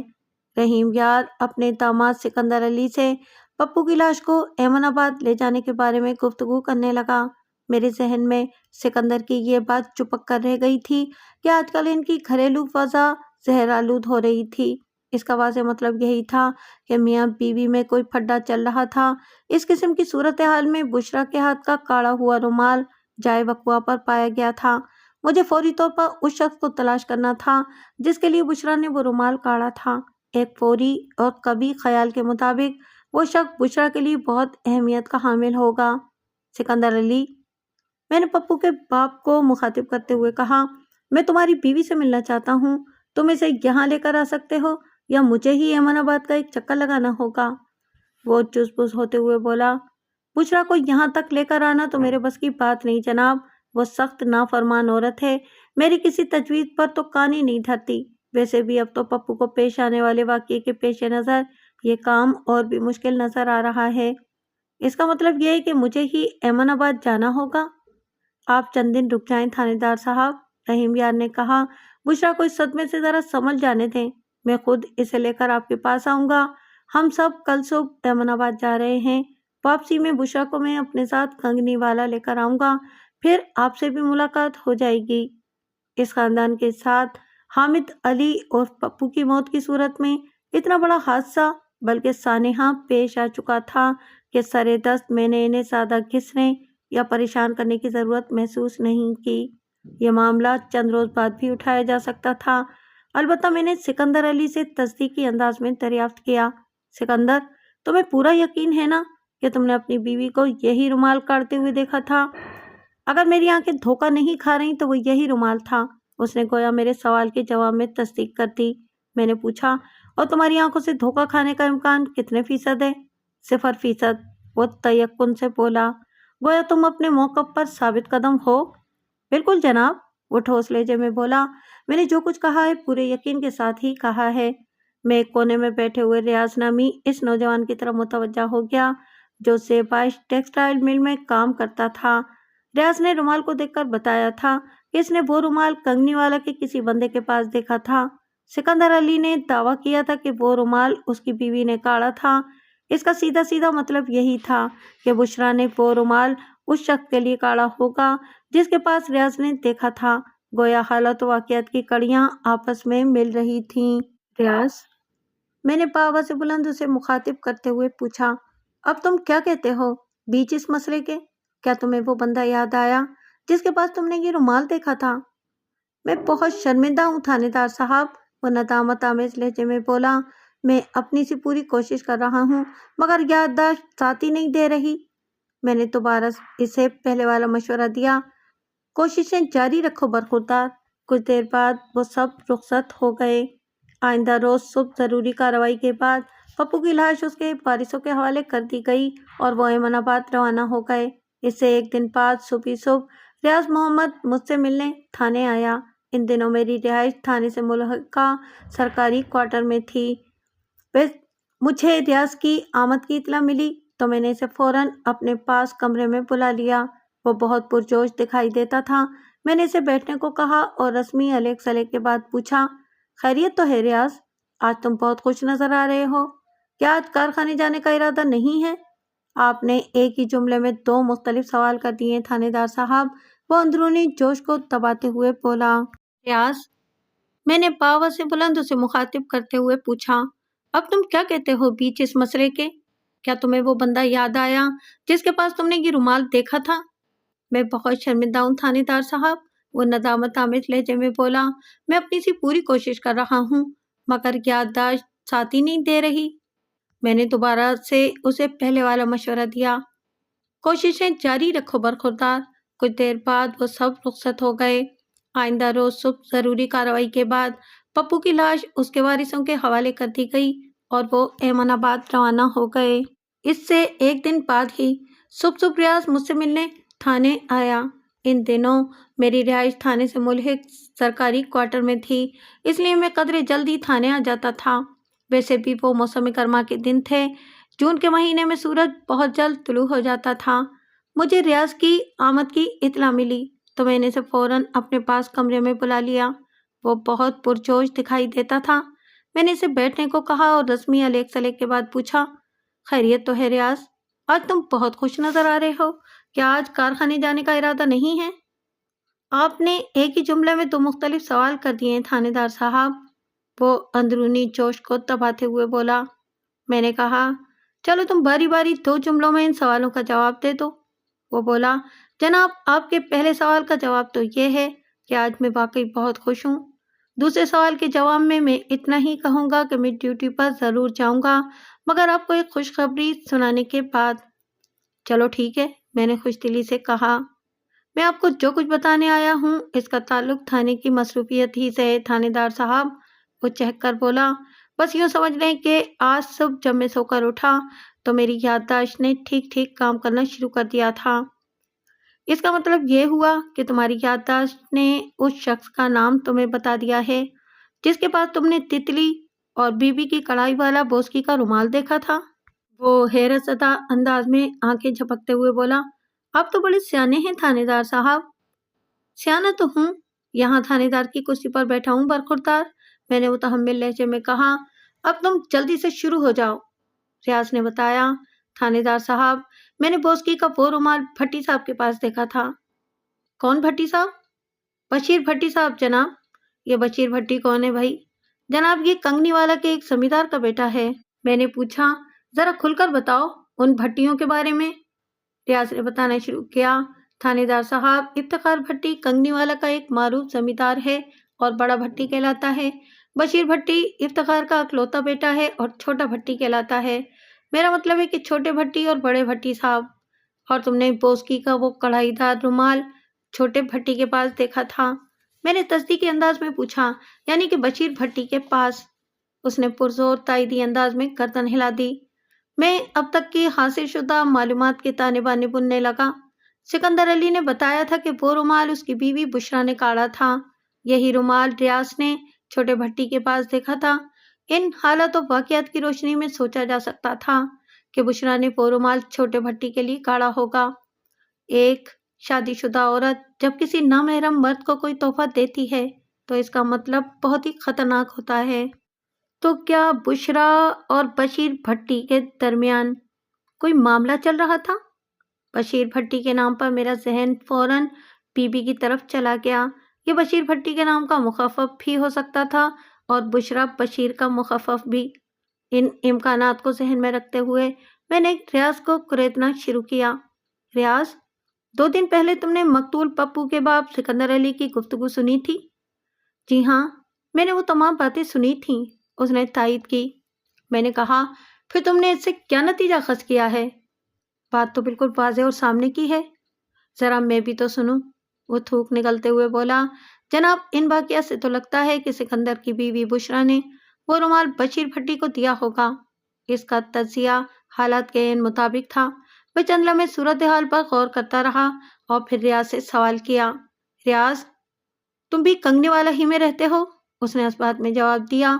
मैंने पूछा, क्या तुम रहीम यार के घर के करीब ही रहते हो? जी, मैं इनसे दूसरी गली में रहता हूँ, रियाज ने जवाब दिया। हमारे घर तकरीबन आगे पीछे हैं। और छोटे भट्टी की रिहाइश तुमसे कितनी दूर है? ज़्यादा दूर नहीं है जनाब, उसने बताया। फिर तो तुम बशीर भट्टी और बुशरा के मामला से भी बखूबी आगाह होगे। मैंने राजदाराना अंदाज में उसे टटोला। खास तौर पर बुशरा की शादी से पहले वाले वाक़यात तुमसे पोशीदा नहीं होंगे। वो उलझनज़दा नज़र से मुझे देखने लगा। उसके चेहरे पर तज़ब्ज़ुब के तासुरात वाज़ेह तौर पर दिखाई दे रहे थे। मैंने दोस्ताना लहजे में कहा, रियाज, तुम जो कुछ मुझे बताओगे वो मेरे पास एक राज की तरह रहेगा और किसी भी मरहले पर तुम्हारा नाम सामने नहीं आएगा। इस तरफ से तुम बेफिक्र हो जाओ। वह कदरे पुरएतमाद नजर आने लगा।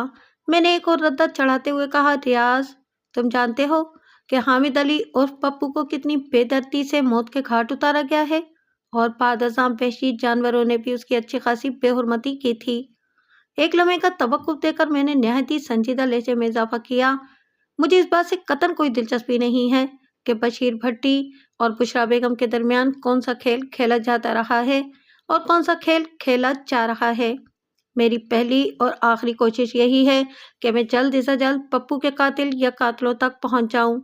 गुज़िश्ता चंद रोज़ में जो हालात सामने आए हैं, इनके पेश नज़र ये ज़रूरी हो गया है कि बोस्की के कढ़ाईदार रुमाल का उगदा हल किया जाए। इसके बगैर मामला सीधा नहीं होगा। मैं सिर्फ इसलिए तुमसे बशीर भट्टी और बुशरा बेगम के बाहमी ताल्लुकात के बारे में पूछ रहा हूँ। क्या तुम मासूम और नन्हे पप्पू के कातिल को कैफर किरदार तक पहुँचते हुए नहीं देखना चाहते? मेरी मज़ीद 10-15 मिनट की कोशिश ने रियाज को ज़बान खोलने पर मजबूर कर दिया। उसने बुशरा और बशीर भट्टी के बारे में जो तूलानी कहानी सुनाई, मैं यहाँ इसका खुलासा आपकी खिदमत में पेश करता हूँ। रियाज के मुताबिक छोटा भट्टी यानी कि बशीर भट्टी एक दिल फेंक और शौकीन किस्म का जमींदार था। अकलौती औलाद होने के सबब वो खासा सरकश भी हो गया था। बुशरा की खता सिर्फ इतनी थी कि वो दिलो जान से बशीर भट्टी पर आशिक हो गई थी। बशीर हस्बे मामूल इससे फ्लर्ट कर रहा था, जिसे बुशरा बशीर की जवाबी मोहब्बत से ताबीर करने लगी थी। मगर जब बशीर ने हद से गुजरने की कोशिश की तो बुशरा ने उसे सख्ती से रोक दिया। बशीर ने मोहब्बत की आड़ में उसे कायल करने की सही की, जो बुशरा ने नाकाम बना दी। नतीजे के तौर पर बशीर भट्टी ने अपनी राह बदल ली। शुरू में बुशरा का ख्याल था कि बशीर को अपनी गलती का एहसास हो जाएगा और वो एक रोज़ पलटकर वापस उसकी तरफ आ जाएगा, मगर बशीर भट्टी अपने मतलब से मतलब रखने वाला बंदा था। बुशरा उसके मतलब की साबित नहीं हुई थी, इसलिए वो बुशरा को फरामोश कर बैठा। वो इसी फितरत का आदमी था। कुछ अरसे के इंतजार के बाद बुशरा को बशीर भट्टी के बारे में लोगों की कही हुई बातें सच्ची नजर आने लगी। पूरे इलाके में वो हरजाई और ऐश पसंद मशहूर था और वह इसी कुमाश का साबित भी हो रहा था। अकल ने बुशरा को समझाया कि पगली, जान बची सौ लाखों पाए, मगर दिल किसी तो समझने में नहीं आता था। वो अब भी बशीर के नाम ही का कलमा पढ़ता था। इसी कैफियत में खासा अरसा गुजर गया। बशीर ने पलटकर बुशरा की तरफ देखना भी जरूरी न समझा। इसी दौरान में बुशरा और उसके भाई अमजद के रिश्ते की बात चली। भट्टे सट्टे की शादी के लिए एमनाबाद के बहन भाई सिकंदर और जमीला का इंतखाब किया गया। मास्टर अमजद की शादी जमीला से और बुशरा की शादी सिकंदर अली से कर दी गई। ये 4 साल पहले की बात थी। रियाज ने बताया कि शादी के बाद भी जब बुशरा कंगनी वाला आती तो कभी कभार बशीर भट्टी से इसकी मुलाकात हो जाती थी। वो नादान औरत अब भी उसे अपने महबूब की हैसियत से जाती थी। मुमकिन है कि ऐसी ही किसी मुलाकात में बुशरा ने वो रुमाल बशीर को दिया हो और उसने भी ये सोचकर रुमाल अपने पास रख लिया हो कि इसमें आखिर नुकसान ही क्या था। रियाज की ज़बानी मुझे और भी काम की बातें मालूम हुई, मगर सर दस्त इनका जिक्र मुनासिब नहीं होगा। आगे चलकर सब कुछ आप पर अयां हो जाएगा। थोड़ी देर बाद मैंने रियाज को जाने की इजाज़त दे दी, क्योंकि उसे ड्यूटी पर जाने से देर हो रही थी। जाते जाते उसने एक मरतबा फिर मुझसे वादा लिया कि इस केस की तफ्तीश के सिलसिले में कहीं उसका नाम नहीं आएगा। वो भट्टियों से खासा खौफजदा दिखाई देता था। ताकतवर अफराद से हमेशा लोग सहमे ही रहते हैं, खास तौर पर गांव की देहात में तो ताकत की कुछ ज़्यादा ही अहमियत होती है। रियाज के जाने के बाद मैं सूरत हाल पर गौर करता रहा। मौका वारदात से जो अशिया मिली थीं, इनमें बॉस की करोमाल सबसे ज़्यादा अहमियत इख्तियार कर गया था।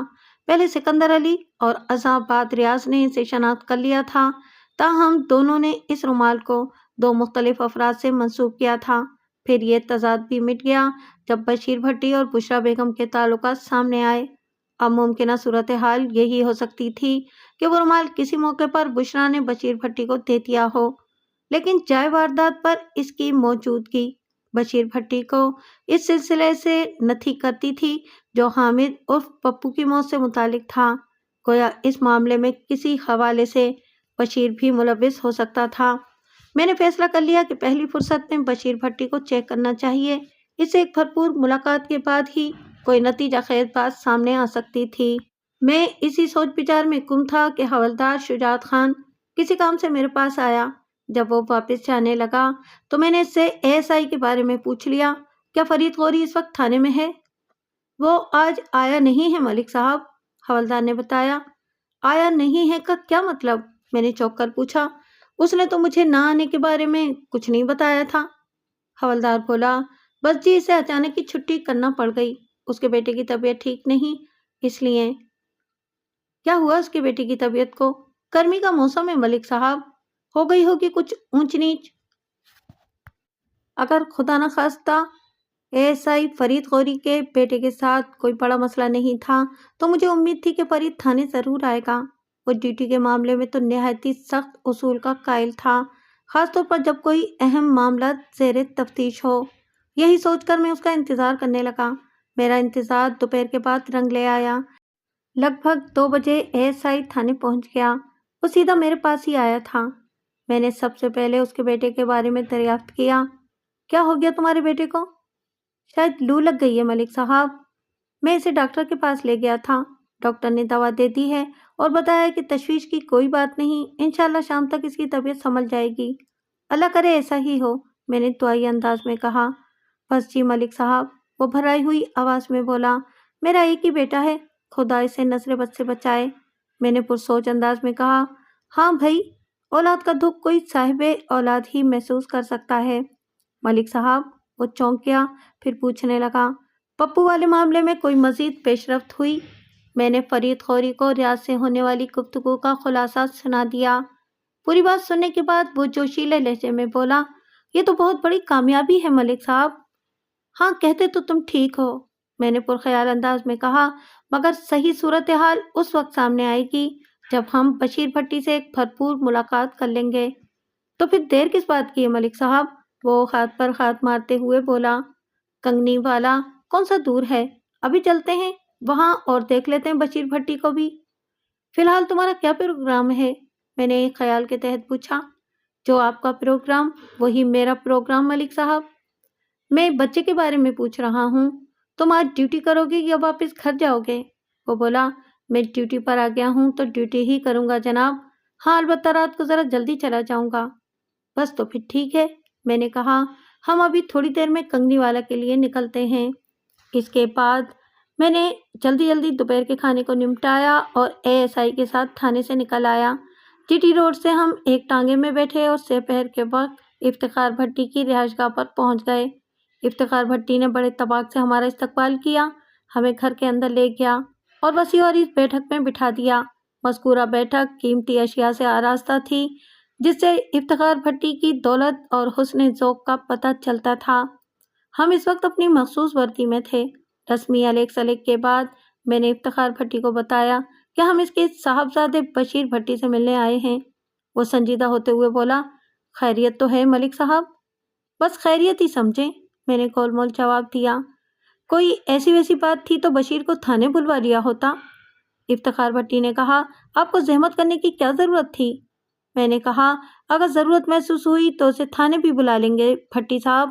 وہ میرے لہجے سے چونک اٹھا، جہاں دیدہ اور سرد و گرم چشیدہ انسان تھا۔ حالات کی نزاکت کو سمجھتے ہوئے مبہم سے لہجے میں بولا، لگتا ہے ملک صاحب آپ کو بشیر سے کوئی شکایت پیدا ہو گئی ہے۔ ہاں کچھ ایسی ہی بات ہے، میں نے پھر غیر واضح انداز میں کہا۔ آپ بشیر کو ذرا یہاں بلا لیں، میں اس سے چند سوالات کرنا چاہتا ہوں۔ افتخار بھٹی کے چہرے پر تفکر کی پرچھائیاں جھلکنے لگیں۔ وہ اپنے اندرونی جذبات کو چھپاتے ہوئے بولا، آپ مجھے بتائیں، آخر بات کیا ہے؟ بات ایسی ہے کہ بشیر ہی کو بتائی جا سکتی ہے اور اسی سے پوچھی جا سکتی ہے، میں نے اس کی آنکھوں میں دیکھتے ہوئے کہا۔ وہ بولا، آپ تو بجھارتیں ڈال رہے ہیں ملک صاحب، آپ بجھارتیں ڈالنے پر مجبور کر رہے ہیں۔ وہ جز بز ہوتے ہوئے بولا، بشیر کا کوئی معاملہ مجھ سے پوشیدہ نہیں ہے، آپ کھل کر بتائیں کس سلسلے میں اس سے بات کرنا چاہتے ہیں؟ سلسلہ بھی آپ کو پتہ چل جائے گا بھٹی صاحب، میں نے معنی خیز لہجے میں کہا۔ آپ پہلے بشیر کو یہاں تو بلائیں۔ ایک لمحے کے وقفے سے میں نے اضافہ کیا، آپ اپنے بیٹے کو سامنے لانے سے گریزہ کیوں ہیں؟ وہ خجالت آمیز انداز میں بولا، ایسی کوئی بات نہیں ہے ملک صاحب۔ پھر کیا بات ہے بھٹی صاحب؟ دراصل اس وقت بشیر گھر میں نہیں ہے۔ وہ کہاں گیا ہوا ہے؟ میں نے سوال کیا۔ افتخار بھٹی نے بتایا کہ وہ ایک دن کے لیے خیالی گیا ہے۔ اس کا مطلب ہے کہ آج شام تک واپس آ جائے گا؟ میں نے پوچھا۔ افتخار بھٹی نے پربسوک لہجے میں بتایا، شام تو نہیں، رات تک ضرور آ جائے گا۔ میں اٹھ کر کھڑا ہو گیا اور کہا، ٹھیک ہے، آپ کل صبح سے تھانے بھیج دیں، پھر میں اس سے بات کر لوں گا۔ ملک صاحب، مجھے آپ سے سخت شکایت ہے، آپ پہلی مرتبہ میرے گھر آئے اور بغیر کچھ کھائے پیے ہی رخصت ہو رہے ہیں۔ میں نے کہا، ایسی تو کوئی بات نہیں بھٹی صاحب، کھانا کھا کر ہم آئے ہیں، چائے پانی آپ نے پلوا دیا، پھر شکایت کیسی؟ آپ کھانا کھا کر جاتے تو مجھے خوشی ہوتی، کبھی موقع ملا تو آپ کو ضرور خوش کر دوں گا بھٹی صاحب۔ اور دوسری بات یہ ہے کہ آپ نے اپنی آمد کی اصل غرض و غائز سے مجھے آگاہ نہیں کیا، اس نے شکوہ کناں انداز میں کہا۔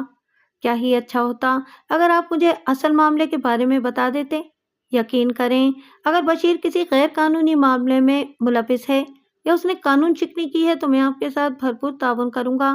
آپ کسی بھی جائز بات کے لیے مجھے پیچھے نہیں پائیں گے۔ وہ ایک معقول بات کر رہا تھا، میں دوبارہ بیٹھ گیا اور مختصر الفاظ میں اسے پپو کے قتل کے بارے میں بتایا۔ وہ اس واقعے سے پوری طرح واقف تھا۔ میں نے کہا، میں اسی سلسلے میں بشیر سے بھی پوچھ گچھ کرنا چاہتا ہوں۔ بشیر کا اس معاملے سے کیا تعلق ہے؟ میں نے اس سوال کے جواب میں تعلق کی وضاحت کی۔ جواباً افتخار بھٹی نے وہ اشیاء دیکھنے کی خواہش ظاہر کی جو مجھے جائے وقوع سے ملی تھیں۔ میں نے بھٹی صاحب کی فرمائش پوری کر دی۔ افتخار بھٹی نے بٹوے کو پہچان لیا۔ یہ بٹوا تو میں نے بشیر کے پاس دیکھا تھا، مگر رومال اور کنگھی کے بارے میں کچھ نہیں کہہ سکتا۔ رومال کے بارے میں مجھے اتنا کچھ معلوم ہو چکا ہے کہ مزید کسی تفصیل کی ضرورت نہیں ہے، میں نے تیکھے لہجے میں کہا۔ البتہ اس کنگھی میں نظر آنے والے بالوں کا کیمیائی تجزیہ مزید انکشافات کرے گا اور میں اس سلسلے میں بشیر بھٹی کے بالوں کا لیبارٹری ٹیسٹ بھی کرواؤں گا۔ بڑے بھٹی صاحب کی پیشانی پر سوچ کی لکیریں نمودار ہوئیں۔ اس نے پوچھا، اگر یہ بات ثابت ہو جائے کہ مذکورہ کنگھی میں بشیر ہی کے بال ہیں تو پھر کیا ہوگا؟ بھٹی صاحب، آپ مجھ سے زیادہ عقل مند اور تجربے کار ہیں، میں نے اس کی آنکھوں میں دیکھتے ہوئے کہا۔ یہ تمام اشیاء چائے واردات سے ملی ہیں، رومال کی میں نے تصدیق کر لی ہے اور بٹوے کو آپ نے پہچان لیا ہے، اور بشیر کے بال کا نمونہ حاصل کرنے کے بعد کنگھی کا لیبارٹری ٹیسٹ بھی ہو جائے گا۔ ان حالات میں آپ کے بیٹے کی پوزیشن خاصی نازک ہو جاتی ہے۔ کیا خیال ہے آپ کا؟ میں کچھ غلط کہہ رہا ہوں؟ آپ کے دلائل اپنی جگہ اہمیت کے حامل ہیں، وہ گردن ہلاتے ہوئے بولا، لیکن پپو کے قتل سے بشیر کا کیا تعلق ہو سکتا ہے؟ یہ بات میری سمجھ میں نہیں آ رہی۔ یہ بات بشیر سے ملاقات کے بعد ہی آپ کو سمجھائی جا سکتی ہے۔ وہ کچھ نہیں بولا، گہری تشویش میں ڈوب گیا۔ میں ایک مرتبہ پھر اٹھ کھڑا ہوا اور کہا، ہمیں اجازت دیں بھٹی صاحب، انشاءاللہ بہت جلد دوبارہ ملاقات ہوگی۔ آپ یہ چیزیں مجھے دیتے جائیں۔ افتخار بھٹی نے موقع واردات سے ملنے والی اشیاء کی جانب ہاتھ بڑھاتے ہوئے کہا، بشیر آئے گا تو میں اس سے اس بارے میں پوچھوں گا۔ میں نے کہا، یہ اشیاء قانون کی تحویل میں زیادہ محفوظ ہیں۔ ایک لمحے کو رک کر میں نے بات کو آگے بڑھایا، اور یہ پوچھ گچھ کا کام پولیس والوں ہی کو زیب دیتا ہے۔ اس سلسلے میں آپ کو زحمت کرنے کی ضرورت نہیں۔ آپ کی یہی مہربانی بہت ہوگی کہ بشیر کو ہمارے پاس تھانے لے آئیں۔ وہ خون کے گھونٹ پی کر رہ گیا، تاہم معتدل لہجے میں بولا، اب فکر نہ کریں، یہ تو میرا فرض ہے۔ میں نے احتیاطاً پوچھ لیا، بڑے بھٹی صاحب، خیالی میں بشیر کس شخص سے ملنے گیا ہے؟ وہاں اس کا ماموں ہوتا ہے، ملک غفور نام ہے اس کا۔ بشیر ایک زمینی معاملے پر اس سے بات کرنے گیا ہے، بلکہ یوں سمجھیں میں نے ہی اسے ملک غفور کے پاس بھیجا ہے۔ کافی عرصے سے خیالی میں چند ایکڑ زمین کا تنازع چل رہا ہے۔ میں نے ملک غفور کا پتہ اپنی ڈائری میں نوٹ کر لیا۔ خیالی کوئی بڑا گاؤں تو تھا نہیں، پھر افتخار بھٹی کے سالے کو تلاش کرنا کوئی مشکل ثابت نہیں ہو سکتا تھا۔ ہم افتخار بھٹی کی رہائش گاہ سے نکلے تو میری گھڑی 4 کا وقت بتا رہی تھی۔ جی ٹی روڈ تک ہم نے پیدل ہی سفر کیا۔ میرے ساتھ چلتے ہوئے ایس آئی نے پوچھا، ملک صاحب کیا خیال ہے، ہمیں بڑے بھٹی صاحب پر بھروسہ کرنا چاہیے؟ کس حوالے سے بھروسے کی بات کر رہے ہو؟ میں نے پوچھا۔ چھوٹے بھٹی کے حوالے سے، ایس آئی نے کہا۔ تمہارا کیا مشورہ ہے؟ میں نے پوچھا۔ وہ بولا، میں تو یہی کہوں گا ملک صاحب کہ ہمیں اس سلسلے میں غفلت نہیں برتنا چاہیے۔ بڑا بھٹی کوئی چال بھی چل سکتا ہے، ہمیں اس کی نگرانی کرنا چاہیے۔ تمہاری بات میں وزن ہے، میں نے کہا، یا تو ہمیں سادہ لباس والے کسی ہوشیار قسم کے پولیس اہلکار کو یہاں متعین کر دینا چاہیے، یا پھر ابھی خیالی جا کر چھوٹے بھٹی کو ناپ لینا چاہیے۔ اسی دوران میں ہم باتیں کرتے ہوئے جی ٹی روڈ تک آ گئے تھے۔ ایس آئی نے ایک خالی ٹانگے کو روکا اور ہم ٹانگے میں بیٹھ کر روانہ ہو گئے۔ کچھ دیر تک ٹانگے میں خاموشی رہی، پھر ایس آئی نے مجھے مخاطب کرتے ہوئے کہا، ملک صاحب، لگتا ہے کہ آپ کسی گہری سوچ میں ڈوبے ہوئے ہیں۔ میں سوچ رہا ہوں، میں نے چونکے بغیر کہا، ہمیں یہاں سے سیدھا خیالی کا رخ کرنا چاہیے، لگے ہاتھوں یہ کام بھی نمٹ جائے تو اچھا ہے۔ بڑے بھٹی پر آنکھیں بند کر کے اعتماد نہیں کرنا چاہیے، وہ چھوٹے بھٹی کو کوئی بھی پٹی پڑھا سکتا ہے۔ ایس آئی نے میری بات سے اتفاق کرتے ہوئے کوچوان سے کہا، چاچا، اب تم ہمیں تھانے پہنچانے کی بجائے سیدھا خیالی لے جاؤ گے، کیا سمجھے؟ سمجھ گیا سرکار، کوچوان نے عاجزی آمیز انداز میں کہا، میں تو آپ کا خادم ہوں، آپ جہاں کہیں گے پہنچا دوں گا۔ ٹانگا موزہ خیالی میں داخل ہوا تو کوچوان اللہ نے پوچھا، سرکار، اگر آپ زیادہ دیر یہاں رکنا چاہتے ہیں تو مجھے جانے کی اجازت دے دیں، اس کا فیصلہ ہم منزل پر پہنچ کر کریں گے۔ ایس آئی نے کہا، تمہیں 10-15 منٹ تو انتظار کرنا ہی پڑے گا۔ ٹھیک ہے، وہ فرمانبرداری سے بولا۔ ہماری ہدایت پر اللہ نے چھوٹے بھٹی بشیر کے ماموں ملک غفور کی رہائش گاہ کے سامنے ٹانگا روک دیا۔ میں ٹانگے سے نیچے اترا تو اس وقت تک ایس آئی گھر کے داخلی دروازے پر دستک دے چکا تھا۔ اس دستک کے جواب میں ایک ملازم صورت شخص نے دروازہ کھولا۔ ہم نے ملک غفور سے ملنے کی بات کی، ملازم ہمیں گھر کے اندر لے گیا۔ وہ ہماری بدیوں سے خاصا مروب نظر آتا تھا۔ ہمیں ڈرائنگ روم نما کمرے میں بٹھا کر ملازم ملک غفور کو بلانے گھر کے اندرونی حصے میں غائب ہو گیا۔ تھوڑی دیر بعد ملک غفور بنفس نفیس وہاں موجود تھا۔ یہ ہماری پہلی باقاعدہ ملاقات تھی۔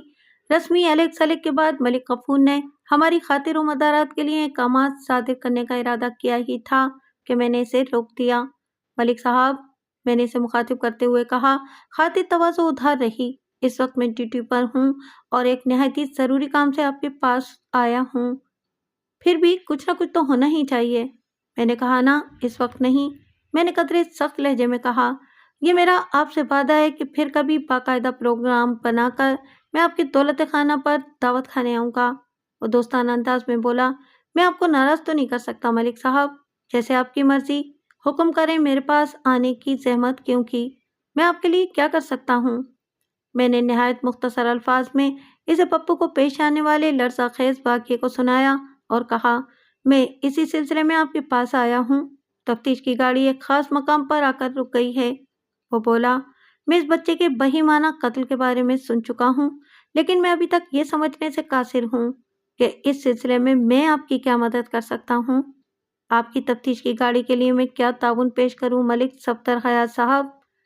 میں نے بھی جواباً اسے اس کے نام سے مخاطب کرتے ہوئے کہا، ملک غفور صاحب، ہماری تفتیش کی گاڑی جس مقام پر آ کر رکی ہے وہاں اسے ایک خاص آدمی کی ضرورت ہے اور وہ آدمی آپ ہمیں مہیا کریں گے۔ میں اب بھی کچھ سمجھ نہیں سکا، وہ حیرت زدہ لہجے میں بولا۔ میں نے کہا، مجھے جس آدمی کی تلاش ہے وہ اس کیس کو حل کرنے کے لیے بڑی اہمیت اختیار کر چکا ہے اور وہ آدمی آپ کے پاس ہے۔ آپ کس آدمی کا ذکر کر رہے ہیں؟ میں بشیر بھٹی کی بات کر رہا ہوں۔ بشیر بھٹی؟ اس نے زیر لب دہرایا۔ ہاں، بشیر بھٹی، یعنی آپ کا بھانجا۔ میں نے ایک ایک لفظ پر زور دیتے ہوئے کہا۔ اس کے باپ یعنی آپ کے بہنوئی افتخار بھٹی سے مجھے معلوم ہوا ہے کہ وہ کوئی زمین کا تنازع نپٹانے آپ کے پاس آیا ہوا ہے۔ وہ تعجب خیز نظر سے مجھے دیکھتے ہوئے بولا، پتہ نہیں آپ کس قسم کی باتیں کر رہے ہیں؟ بشیر تو کافی دنوں سے خیال ہی آیا ہی نہیں۔ میں تو بلکہ اس کا انتظار کر رہا تھا۔ پتہ نہیں افتخار نے اتنا بڑا جھوٹ کیوں بولا ہے۔ تو کیا بشیر بھٹی آپ کے پاس نہیں آیا؟ بالکل نہیں ملک صاحب، افتخار بھٹی نے تو مجھے بڑے وثوق سے بتایا تھا۔ میں نے کہا۔ وہ گہری سوچ میں ڈوب گیا اور پھر بولا، ممکن ہے کہ بشیر باپ سے یہی کہہ کر نکلا ہو کہ وہ میرے پاس آ رہا ہے اور پھر کہیں اور چلا گیا ہو۔ ہاں، اس بات کا امکان ہے، میں نے کہا۔ ملک غفور بولا، میں افتخار کو اچھی طرح جانتا ہوں، وہ جھوٹ نہیں بول سکتا۔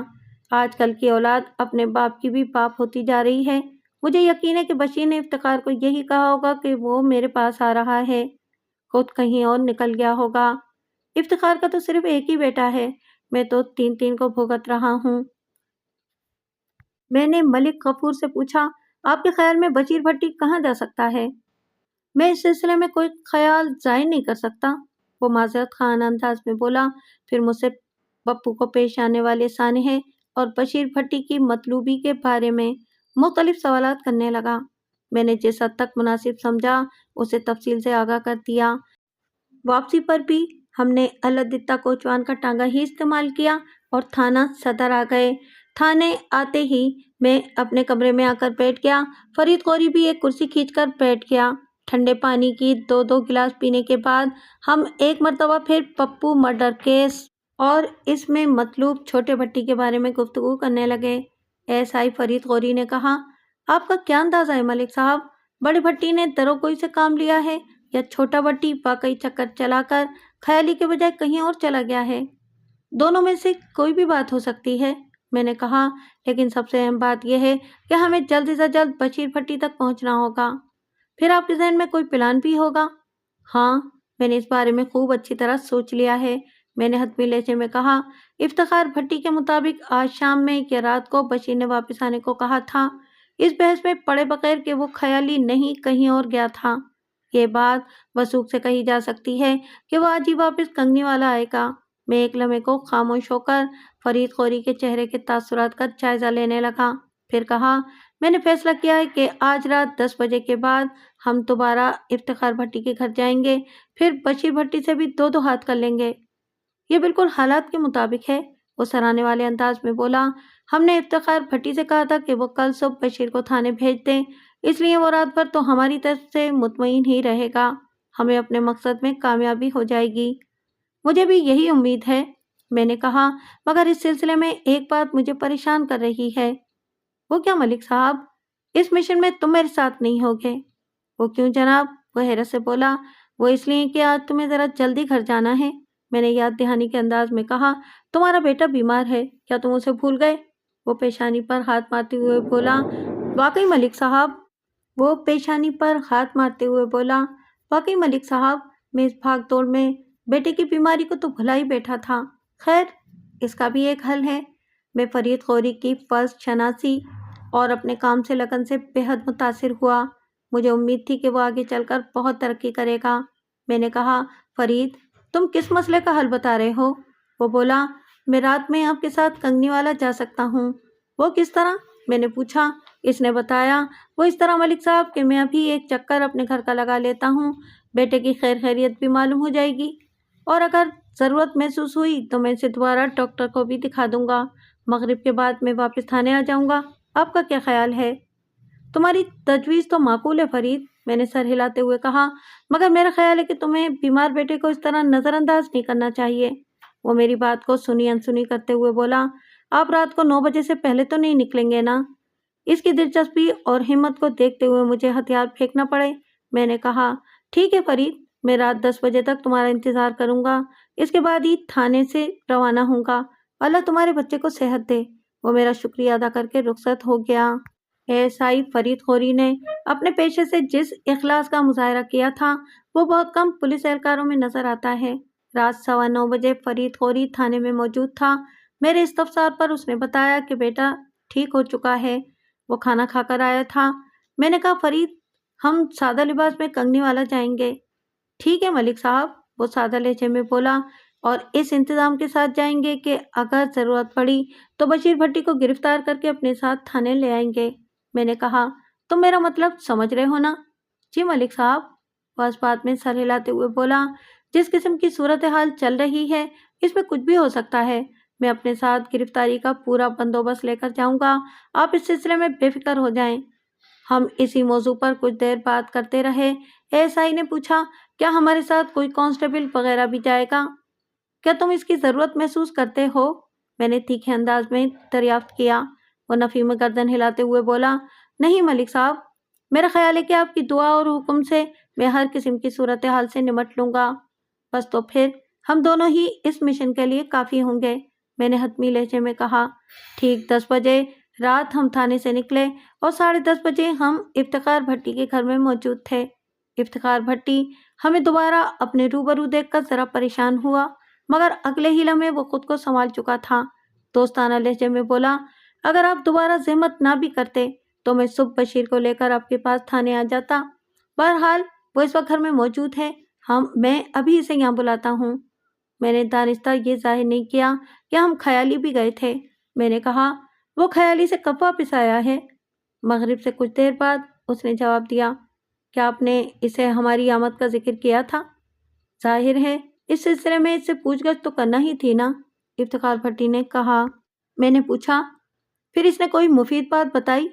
آپ خود ہی اس سے سوال جواب کر لیں، وہ سادگی سے بولا، شاید آپ کو میری بات کا یقین نہ آئے، میں نے تو یہی محسوس کیا ہے کہ وہ اس سلسلے میں بے گناہ ہے اور پپو کے قتل کے معاملے سے اس کا دور کا بھی واسطہ نہیں۔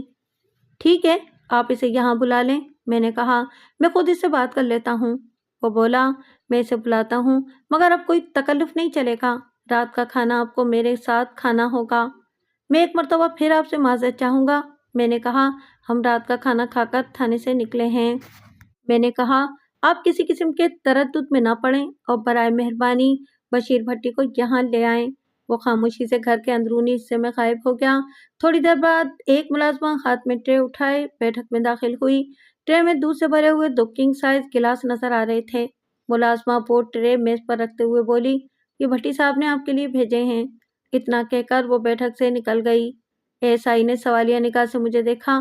میں نے کہا، ہمارے حصے کا رزق خود چل کر ہمارے سامنے آ گیا ہے، اس کو ٹھکرانا کفران نعمت ہوگا، چلو اٹھا لو گلاس۔ ایس آئی نے اٹھ کر ٹرے میں سے 2 گلاس اٹھا لیے، ایک میری جانب بڑھایا اور دوسرے سے خود انصاف کرنے لگا۔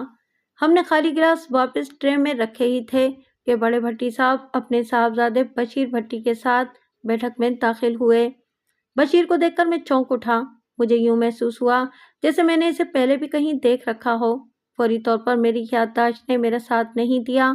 میں یہ یاد کرنے میں کامیاب نہ ہو سکا کہ میں نے اس سے پہلے بشیر بھٹی کو کب اور کہاں دیکھا تھا۔ وہ دونوں ہمارے سامنے دوسرے صوفے پر بیٹھ گئے۔ افتخار بھٹی نے کہا، ملک صاحب، اگر آپ تنہائی میں بشیر سے بات چیت کرنا چاہتے ہوں تو میں یہاں سے چلا جاتا ہوں۔ فی الحال تو اس کی ضرورت نہیں ہے، میں نے کہا، اگر ایسی صورتحال پیش آ گئی کہ کچھ باتیں پردے میں کرنا ہوئیں تو ہم آپ کو بتا دیں گے۔ بڑی نوازش آپ کی، وہ ممنونیت سے بولا۔ میں نے بشیر کی جانب متوجہ ہوتے ہوئے کہا، اور سناؤ جوان، ادھر خیالی میں کیا حال احوال ہیں؟ تمہارے ماموں جان تو ٹھیک ہے نا؟ سب ٹھیک ٹھاک ہیں، وہ کنکھیوں سے باپ کی طرف دیکھتے ہوئے بولا۔ बशीर भट्टी की उम्र 29 या 30 साल रही होगी। वो अपनी वज़े-क़त और लिबास से एक रवायती जागीरदार दिखाई देता था। अगरचे वो माली और अराज़ी के एतबार से जागीरदार का रुतबा नहीं रखता था, मगर वो खुद को ऐसा ही ज़ाहिर कर रहा था। बशीर भट्टी की सरगर्मियों के बारे में मैंने अब तक जो कुछ सुना था, वो पहली नज़र में इन खुसूसियात पर पूरा उतरता हुआ दिखाई देता था। कोई भी तजुर्बेकार और ज़माना शनास निगाह ये अंदाज़ा लगा सकती थी कि वो किस कुमाश का आदमी था। मैंने बशीर भट्टी की आंखों में देखते हुए कहा, बड़े भट्टी साहब ने तुम्हें ये तो बता ही दिया होगा कि हम तुम्हें क्यों तलाश करते फिर रहे हैं। वो इस बात में सर हिलाते हुए बोला, कुछ बातें अब्बा जी ने बताई हैं, बाकी आप बता दें। उसके लहजे का एतमाद बता रहा था कि या तो वो वाकई पप्पू वाले मामले में मुलविस नहीं था या फिर कामयाब अदाकारी का मुजाहरा कर रहा था। मैंने कहा, पप्पू के कत्ल के बारे में तुमने भी सुना होगा। हम इसी सिलसिले में छानबीन करते फिर रहे हैं। मौका वारदात से हमें कुछ ऐसी शहादतें मिली हैं जिनकी वजह से तुम्हारी ज़ात शक्कूक की जद में आती है। वो गहरी संजीदगी से बोला, मुझे अब्बा जी ने इन शहादतों के बारे में बताया है। आप चर्मी बटवे, नायलॉन की कंगी और बोस्की के रुमाल का जिक्र कर रहे हैं।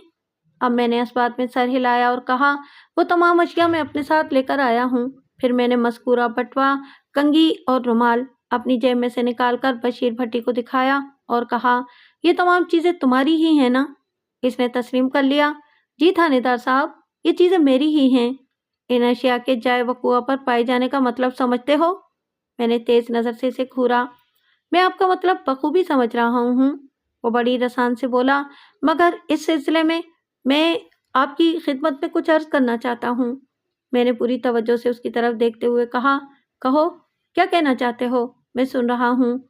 एक बार फिर मुझे यूं लगा जैसे मैं बशीर को पहले भी कहीं देख चुका हूँ, मगर कोशिश के बावजूद भी मैं याद न कर सका।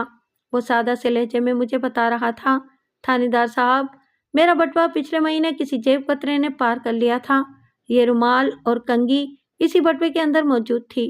इसके अलावा लगभग 450 रुपये के करेंसी नोट भी बटवे में थे। अब अगर ये बटवा, रुमाल और कंगी किसी वारदात के मकाम पर पड़े मिलते हैं तो इसमें मेरा क्या कसूर है? आप जाकर इस जेब कतरे को पकड़ें। इसके तंजिया अंदाज से मुझे गुस्सा तो बहुत आया, मगर वो मौका गुस्से के इजहार के लिए मुनासिब नहीं था। मैंने मोतदिल अंदाज में कहा, बरखुरदार, क्या तुमने मेरे पास आकर अपने बटवे की चोरी की रिपोर्ट दर्ज करवाई थी, जो मुझसे कह रहे हो कि मैं जाकर इस जेब कुतरे को पकड़ूं? इसे किसी हद तक अपनी गलती का एहसास हो गया। कतरे माजरत खाना अंदाज में बोला, आपको मेरी बात बुरी लगी, मैं इसके लिए माफ़ी चाहता हूँ। बस मुझे इस बात से तकलीफ पहुँची थी कि खामखा मुझ पर शक किया जा रहा है। मैंने इसकी माजरत और नदामत को नज़रअंदाज करते हुए सवाल किया, पिछले महीने की किस तारीख को तुम्हारी जेब कटी थी? 25 मई को, उसने बताया। ये वाक़या किस जगह पेश आया था? मैंने पूछा। बशीर भट्टी ने जवाब दिया कि मैं कामुकी से वापस घर आ रहा था। बस में सफ़र के दौरान में किसी जेब कुतरे ने हाथ की सफाई दिखाते हुए मेरा बटवा निकाल लिया था। तुम्हें कब पता चला कि तुम्हारी जेब कट चुकी है? घर आने के बाद मुझे इस बात का पता चला था। तुम कामुकी क्या लेने गए थे? अपने एक दोस्त से मिलने गया था, बशीर ने जवाब दिया। कामुकी में मेरा एक दोस्त परवेज चीमा रहता है। अब्बा जी भी कई बार इससे मिल चुके हैं। मैंने तस्दीक की नज़र से इफ्तिखार भट्टी की जानिब देखा। वो इस बात में सर हिलाते हुए बोला, बशीर ठीक कह रहा है। वो पिछले महीने 25 तारीख को कामुकी गया था। वहाँ इसका दोस्त परवेज चीमा आड़त का कारोबार करता है। मैंने चुपते हुए लहजे में कहा, इफ्तिखार साहब, क्या उस रोज़ बशीर आपको बताकर गया था कि वो कामुकी जा रहा है? वो तायदी अंदाज में सर को जुम्बिश देते हुए बोला, ये बड़ा फर्माबरदार बच्चा है। जब भी कहीं जाता है तो मुझे ज़रूर बताता है, जैसा कि आज ही आपको बताकर गया था कि अपने मामू के पास ख्याली जा रहा है। मेरा लहजा तंज में पूछा हुआ था। इफ्तिखार भट्टी ने कहा, इसमें क्या शक है? इस शक की तफसील तो आप साले साहब किबला मलिक गफूर से पूछें तो ज़्यादा मुनासिब रहेगा। मैंने हकीकत हाल से पर्दा उठाने का फैसला कर लिया। आप कहना क्या चाहते हैं? वो बिगड़े हुए लहजे में बोला, सिर्फ इतना कहना चाहता हूँ भट्टी साहब कि आपका निहायत ही फर्माबरदार फर्जंद अर्जुमन आज ख्याली नहीं गया था। मैंने बशीर भट्टी को तेज़ नज़र से घूरते हुए कहा। इफ्तिखार भट्टी बुड़बुड़ाहट से मुशाबा आवाज़ में बोला, फिर ये कहाँ गया था? ये तो आप अपने सपूत ही से पूछें, मैंने कहा। उसने सवालिया नज़र से बेटे को देखा। बशीर भट्टी ने बाप की नज़र के जवाब में कुछ कहने के बजाय मेरी जानिब देखते हुए सवाल दाग दिया, आपके पास क्या सबूत है कि मैं आज ख्याली नहीं गया था? सबसे बड़ा सबूत तो हम दोनों तुम्हारे सामने बैठे हैं, मैंने एक एक लफ्ज पर जोर देते हुए कहा। एक जानदार सबूत वहां ख्याली में तुम्हारे मामू जान भी हैं। क्या इससे गुजारा चल जाएगा या कोई और भी सबूत पेश करूं? इफ्तिखार भट्टी ने चौंक कर मुझे देखा और पूछा, क्या आप आज ख्याली भी गए थे? हाँ भट्टी साहब, मैंने ठोस लहजे में कहा। आपके पास से जाने के बाद हम सीधे ख्याली ही गए थे। वहां आपके साला साहब ने बताया कि आपके बरखुरदार कई दिनों से वहां नहीं गए, बल्कि वो तो बशीर का इंतजार भी कर रहे थे। इफ्तिखार ने मेरी वजाहत पर उलझन ज़दा नज़र से बेटे को देखा और पूछा, बशीर, आज अगर तुम ख्याली नहीं गए तो फिर कहाँ गए थे? वो शर्मिंदा से लहजे में बोला, मैं घोंकी चला गया था अब्बा जी। ये बात तुमने मुझे क्यों नहीं बताई? वो बात बनाते हुए बोला, इसका मौका ही नहीं मिल सका। यहाँ से तो मैं ख्याली के लिए ही बाहर निकला था, मगर बाहर जाकर घोंकी जाने का प्रोग्राम बन गया। एक दोस्त को वहाँ ज़रूरी काम से जाना था, वो पहले कभी वहाँ गया नहीं था, इसलिए मैं इसके साथ चला गया। सोचा था वापसी पर आपको सूरत हाल से आगाह कर दूंगा, मगर इस मौजू पर आपसे तफसीली बात करने का मौका ही नहीं मिल सका। मैं यहाँ पहुँचा तो आप पुलिस की कहानी ले बैठे। मैं ज़हनी तौर पर इतना उलझ गया कि आपको कुछ बता ही नहीं सका। बशीर भट्टी ने जैसे तैसे अपने बाप को मुतमईन कर दिया। इसकी वजाहत के बाद इफ्तिखार भट्टी ने उकताए हुए लहजे में सिर्फ इतना ही कहा, पता नहीं तुमने कैसे कैसे दोस्त बना लिए हैं, मेरी तो कुछ समझ में नहीं आ रहा। इफ्तिखार तो मुतमईन हो गया था, मगर मैं आसानी से बशीर की जान छोड़ने वाला नहीं था। मैंने इससे पूछा, तुम घोंकी किससे मिलने गए थे? मिलने में नहीं, बल्कि मेरा दोस्त गया था। वो जल्दी से बोला, मैं तो सिर्फ उसके साथ गया था। तुम्हारे दोस्त का नाम क्या है? इम्तियाज़, उसने बताया। क्या वो यहीं कंगनी वाला ही में रहता है? उसने इस बात में जवाब दिया। मैंने पूछा, क्या इस वक्त इम्तियाज़ को यहाँ बुलाया जा सकता है? वो इस वक्त यहाँ मौजूद नहीं, बशीर ने बताया। वो घोंकी ही में रह गया है, मैं अकेला वापस आया हूँ। मैंने पूछा, तुम लोग घोंकी में किसके पास गए थे? इम्तियाज़ के जानने वाले एक शख्स आगा फरहाद के पास। क्या ये वही घोंकी है जो सियालकोट जाते हुए रास्ते में पड़ता है? मैं बाल की खाल उतारने पर आमादा था। जी हाँ, बशीर ने इस बात में सर हिलाया, ये वही घोंकी है। बस कंडक्टर अक्सर ये आवाज़ लगाते हैं, सियालकोट बरास्ता घोंकी। बसों के आगे इन्हीं अल्फाज की प्लेट भी लगी होती है। मैं गुफ्तगू के साथ साथ अपनी डायरी में अहम पॉइंट भी नोट करता जा रहा था। मैंने बशीर से कहा, तुम ये मत समझना कि मैं तुम्हारी बातों पर आंखें बंद करके यकीन कर लूँगा। मैं घोंकी में आगा फरहाद से तुम्हारे बयान की तस्दीक ज़रूर करूँगा। ज़रूर ज़रूर, वो मजबूत लहजे में बोला। आप जिस तरह चाहें अपनी तसल्ली कर सकते हैं। मैंने दोबारा इब्तिदाई गुफ्तगू की तरफ आते हुए कहा, तुमने बताया है कि पिछले माह की 25 तारीख को तुम अपने एक दोस्त परवेज़ चीमा से मिलने कामुकी गए थे। जी हाँ, मैंने यही बताया है। तुम्हारे इस दोस्त की आड़त की दुकान है? मैंने कहा, ज़रा इसके घर का पता और दुकान का मेले वकूफ़ बयान करो। मैं एक बंदा कामुकी भेजकर तुम्हारी बात की सदाकत को चेक करूँगा। बशीर किसी घबराहट या परेशानी में मुब्तला हुए बगैर बोला, परवेज़ की आड़त की दुकान कला मंडी में है। किसी से भी चीमा ब्रदर्स का पता पूछा जा सकता है। फिर इसने मुझे परवेज़ चीमा के घर का एड्रेस भी नोट करवा दिया। मैंने पूछा, तुम इस रोज़ कितने बजे कामुकी से बस में सवार हुए थे? बशीर भट्टी ने जवाब दिया, लगभग 2 बजे दोपहर। और घर कब पहुँचे थे? कामुकी से कंगनी वाला तकरीबन आधे घंटे का रास्ता है, उसने बताया। कमोबेश इतना ही वक्त मुझे भी घर पहुंचने में लगा होगा। मेरा ख्याल है कि मैं 2:30 बजे दोपहर घर पहुंच गया था। कामुकी से कंगनी वाला तक बस कितनी जगह रुकी थी? कंगनी वाला बाकायदा बस स्टॉप नहीं है, उसने जवाब दिया। सवारी की दरख्वास्त पर कंडक्टर बस रोक लेता है। इसी तरह कामुकी से कंगनी वाला तक 3-4 मरतबा बस रुकी थी। दरमियान में सिर्फ एमनाबादी बाकायदा स्टॉप है, जहां लगभग 10 मिनट के लिए बस रुकी थी। मैंने एक और जाविये से सवाल किया, क्या तुमने अपने जेब के कटने की रिपोर्ट कहीं करवाई थी? इस मर्तबा बशीर भट्टी के बाप ने जवाब दिया, मलिक साहब, ऐसी छोटी मोटी रिपोर्टों पर भला कहाँ कार्रवाई होती है? कामुकी से कंगनी वाला तक पुलिस कहाँ कहाँ जेब कुतरे को तलाश करती फिरेगी। ये तो पत्थर से सर टकराने के मुतरादिफ है। मैंने गहरी संजीदगी से कहा, भट्टी साहब, किसी चीज़ की गुमशुदगी या चोरी की रिपोर्ट दर्ज करवाने का सिर्फ एक ही मकसद नहीं होता कि वो चीज़ पुलिस दस्तयाब करके आपकी झोली में डाल दे। इसके अलावा और क्या मकसद होता है थानेदार साहब? बशीर भट्टी ने पूछा। मैंने कहा, सबसे अहम बात यह होती है कि आपसे मुतालिका चीज़ अगर किसी वारदात में इस्तेमाल हो जाए या जाए वकुआ पर पड़ी मिले तो मुसीबत चलते चलते आपके दरवाजे तक भी आ पहुंचती है, खुसूसन कोई ऐसी चीज़ जो आपकी मिल्कियत हो या आपकी शनाख्त का बायस हो, मसलन काढ़ा हुआ रुमाल, इस्तेमाल शुदा कंघी, चमड़े का पटवा वगैरह वगैरह। आखिरी जुमला मैंने तंज़ी अंदाज में अदा किया था। बशीर भट्टी फिक्रमंद लहजे में बोला, फिर तो वाकई मुझसे गलती हो गई है। मुझे चाहिए था कि फिलफौर अपनी जेब कटने की रिपोर्ट दर्ज करवा देता। अब इतना भी परेशान होने की ज़रूरत नहीं है, इफ्तिखार भट्टी ने कहा। जो गुजर गई वो गुजर गई, आइंदा मोहतात रहना। मैंने बराह रास्त बशीर को मुखातिब करते हुए कहा, चलो फिलहाल मैं तुम्हारी कहानी पर थोड़ी देर के लिए यकीन कर लेता हूँ कि तुम्हारा बटवा किसी जेब कुतरे ने उड़ाया, रकम निकालकर वो बटवा कहीं फेंक दिया, मगर एक बात की वजाहत नहीं होती कि वो तमाम अशिया जाए वारदात पर क्यों पड़ी हुई मिली हैं। क्या इससे ये जाहिर नहीं होता कि कोई शख्स दानिस्ता तुम्हें इस मामले में मुलविस करने की कोशिश कर रहा है? हाँ, मुझे भी ऐसा ही महसूस हो रहा है, वो तायदी अंदाज में बोला। इफ्तिखार भट्टी बोला, मलिक साहब, इससे एक और बात भी तो साबित होती है। वो क्या अब्बा जी? मेरी बजाय बशीर ने सवाल किया।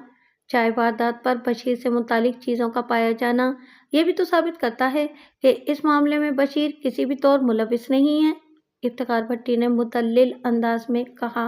वरना कोई मुजरिम इतना नादान या अहमक नहीं होता कि पुलिस वालों की आसानी के लिए मौका वारदात पर अस खुद इतना बड़ा सुराग छोड़ाए।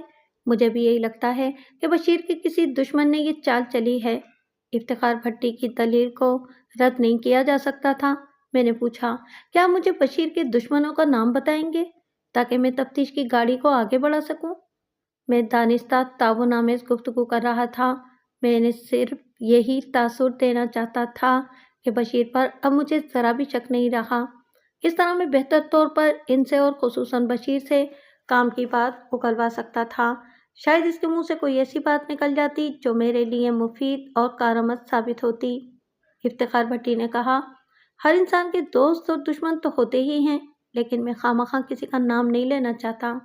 इसका मतलब है आप ताउन से इनकार कर रहे हैं? मैंने कहा, ये बात नहीं है मलिक साहब, वो जल्दी से बोला। दरअसल कोई शख्स मेरी नज़र में ऐसा है ही नहीं जिसका नाम मैं बशीर के दुश्मन के तौर पर आपके सामने पेश कर सकूं। तुम इस सिलसिले में क्या कहते हो बशीर? मम मैं भी यही कहूँगा कि मेरा ऐसा बदतरीन दुश्मन कोई नहीं है जो मुझे कत्ल के मामले में फंसाने की कोशिश करे। छोटी मोटी नाराज़गी और मुँहमारी की तो बात और है, लेकिन यहाँ सब मुझसे डरते हैं। किसी में इतनी जुर्रत नहीं कि मेरी आंखों में आंखें डालकर देख सके। मैंने कहा, आंखों में आंखें डालकर सिर्फ दिलेर दुश्मन ही देखते हैं। बुज़दिल और कमज़ोर अफराद पीठ के पीछे से वार करते हैं। इसलिए कमज़ोर और बेहैसियत दुश्मनों से ज़्यादा मोहतात रहने की ज़रूरत होती है। बहरहाल वो कंधे उचकाते हुए बोला, जहाँ तक मेरी याददाश्त काम करती है, कोई कमज़ोर या ताकतवर शख्स मेरा दुश्मन नहीं है। इसकी सोच नादानी और बेवकूफ़ी से मुरस्सा थी। मैं इस बहस में वक्त ज़ाया नहीं करना चाहता था, इसलिए काम की बात की तरफ आते हुए मैंने बशीर भट्टी से कहा, बरखुरदार, मैंने शफ़क़त आमेज़ लहजे में इसे मुखातिब किया ताकि अपनायत की फ़ज़ा कायम हो सके। मुझे अब यकीन होता जा रहा है कि तुम पप्पू मर्डर केस में मुलविस नहीं हो, लेकिन अपनी मुकम्मल बेगुनाही साबित करने के लिए तुम्हें मेरे चंद नाजुक सवालात के जवाब देना होंगे। मैं आपके हर नाजुक और अहम सवाल का जवाब देना चाहूँगा, वो पूरे एतमाद लहजे में बोला, ताकि मेरी ज़ात पर से आपका शक मुकम्मल तौर पर ख़त्म हो सके और आप मुझे बेगुनाह तस्लीम कर लें। पूछें, क्या पूछना चाहते हैं आप? मैंने इफ्तिखार भट्टी की जानिब देखा। वो फ़ौरन मेरी तरफ मुतवज्जा हो गया। मैंने कहा, भट्टी साहब, अब वो मरहला आ गया है जब मैं कुछ राज और न्याज छोटे भट्टी से तन्हाई में करना चाहूँगा। इफ्तिखार भट्टी फ़ौरन उठकर खड़ा हो गया और दरवाजे की जानिब कदम बढ़ाते हुए बोला, आप इत्मीनान से बात कर लें, मैं आपके खाने पीने के लिए कुछ भेजता हूँ। इससे पहले कि मैं इससे कहता, इस तकल्लुफ़ की ज़रूरत नहीं, वो बैठक से बाहर जा चुका था।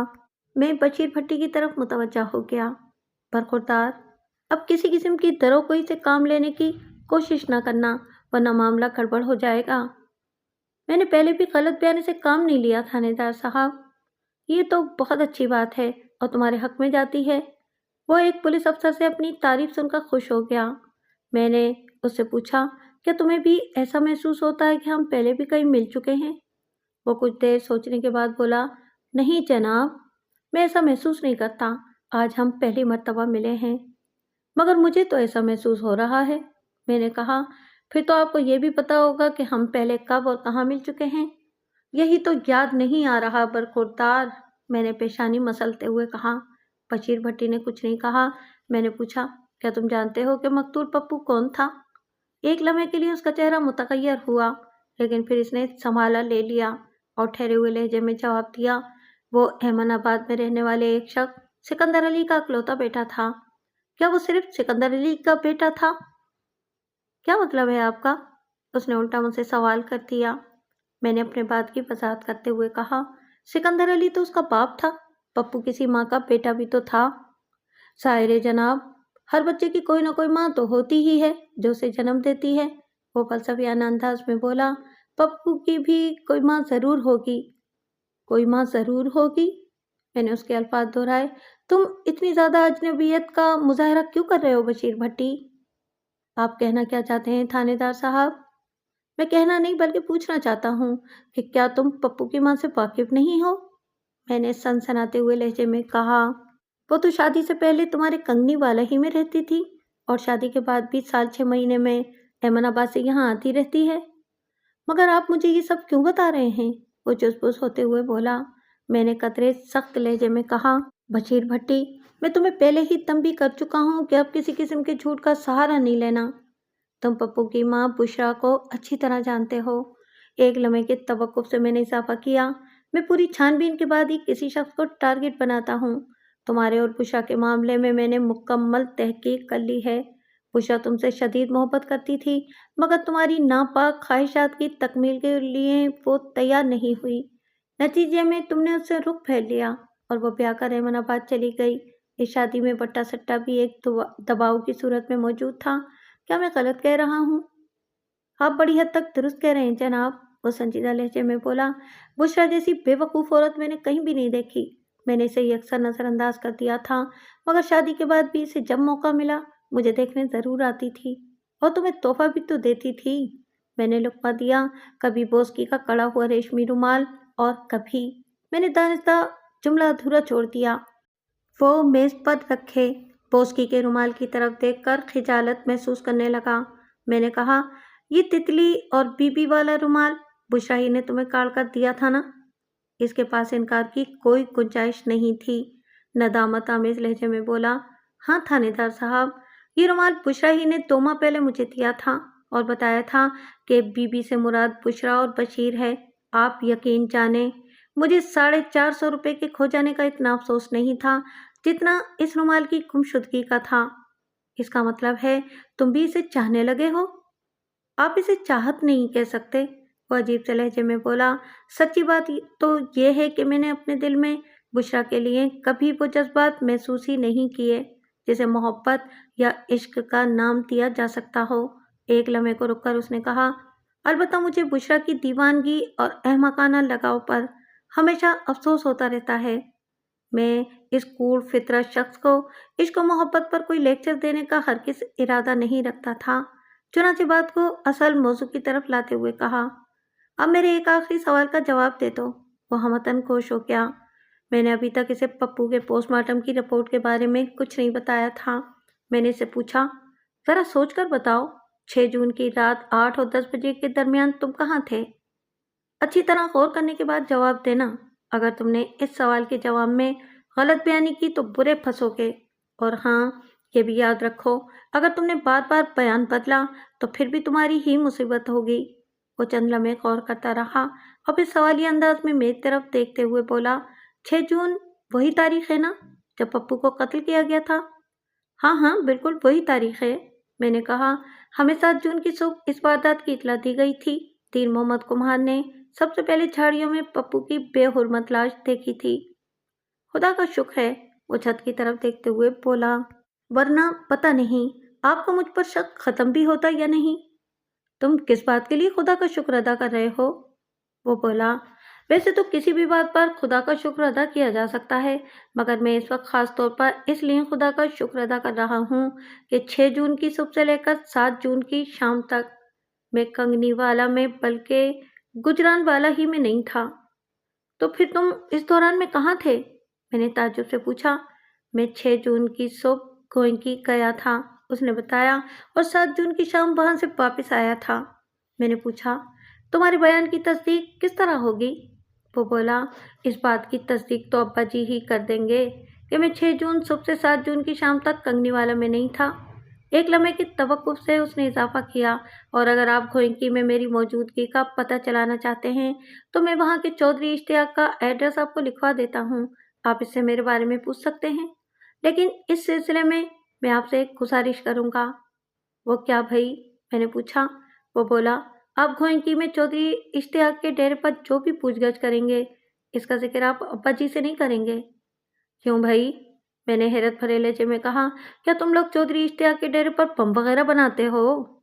वो झेपे हुए अंदाज में बोला, ऐसी कोई बात नहीं जनाब। फिर कैसी बात है भट्टी साहब? वो एक आंख दबाते हुए बोला, आप समझा करें ना थानेदार साहब, मैं कभी कभार वहाँ दिलपशोरी करने चला जाता हूँ। चौधरी इश्तियाक हफ्ते 10 दिन में अपने यहाँ चोटी की तवाइफों को बुलाता है और रात भर रक्स व सुरूर की महफिल जमती है। अब तो आप मेरी बात समझ गए होंगे ना? अच्छी तरह समझ गया हूँ बरखुरदार, मैंने मायना खेज अंदाज में सर हिलाते हुए कहा। आप अपने वादे का पास करेंगे? वो ताकीदी लहजे में बोला। अब्बा जी को मेरी इस मसरूफियत का इल्म नहीं होना चाहिए। मैंने हालात का रुख और बशीर भट्टी के ताउन को देखते हुए इसकी ख्वाहिश के मुताबिक वादा कर लिया। मेरा ख्याल है कि इसमें ऐसी नुकसान वाली कोई बात नहीं थी।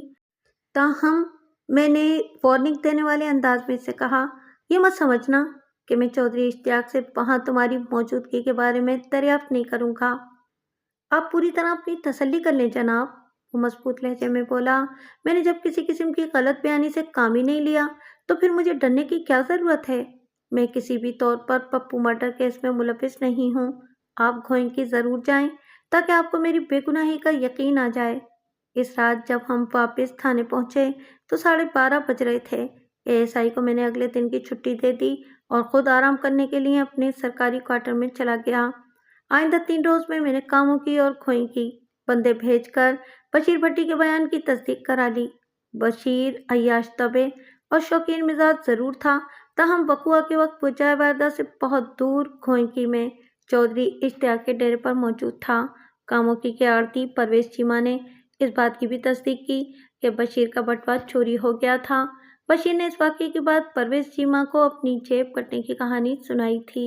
इन हालात के पेश नज़र बशीर भट्टी मेरे शक की जद से निकल गया था, मगर अभी तक पप्पू के कातिल का कोई सुराग नहीं मिला था। रोज़ाना घंटों एएसआई फरीद गौरी से भी इस मौजू पर बात होती थी और अमली कोशिशें भी जारी थीं। एक रोज़ फरीद गौरी ने कहा, मलिक साहब, आपने एक अजीब बात नोट की है। कौन सी बात मिस्टर गौरी? वो चंद लम्हे खामोश रहने के बाद बोला, मुझे मकतूल पप्पू के बाप सिकंदर अली का रवैया कुछ गैर फिक्री सा लगता है। वो किस तरह? मैंने पूछा। वो इस तरह जनाब के, फरीद गौरी ने कहा, इस दिन के बाद से इसने हमसे कोई राब्ता ही नहीं किया। हालांकि हमारे इलाके में इसके बेटे का कत्ल हुआ है। कातिल तक पहुंचने और इसे करारे वाकई सजा दिलवाने के लिए इसे हमारा दरवाज़ा खटखटाना चाहिए।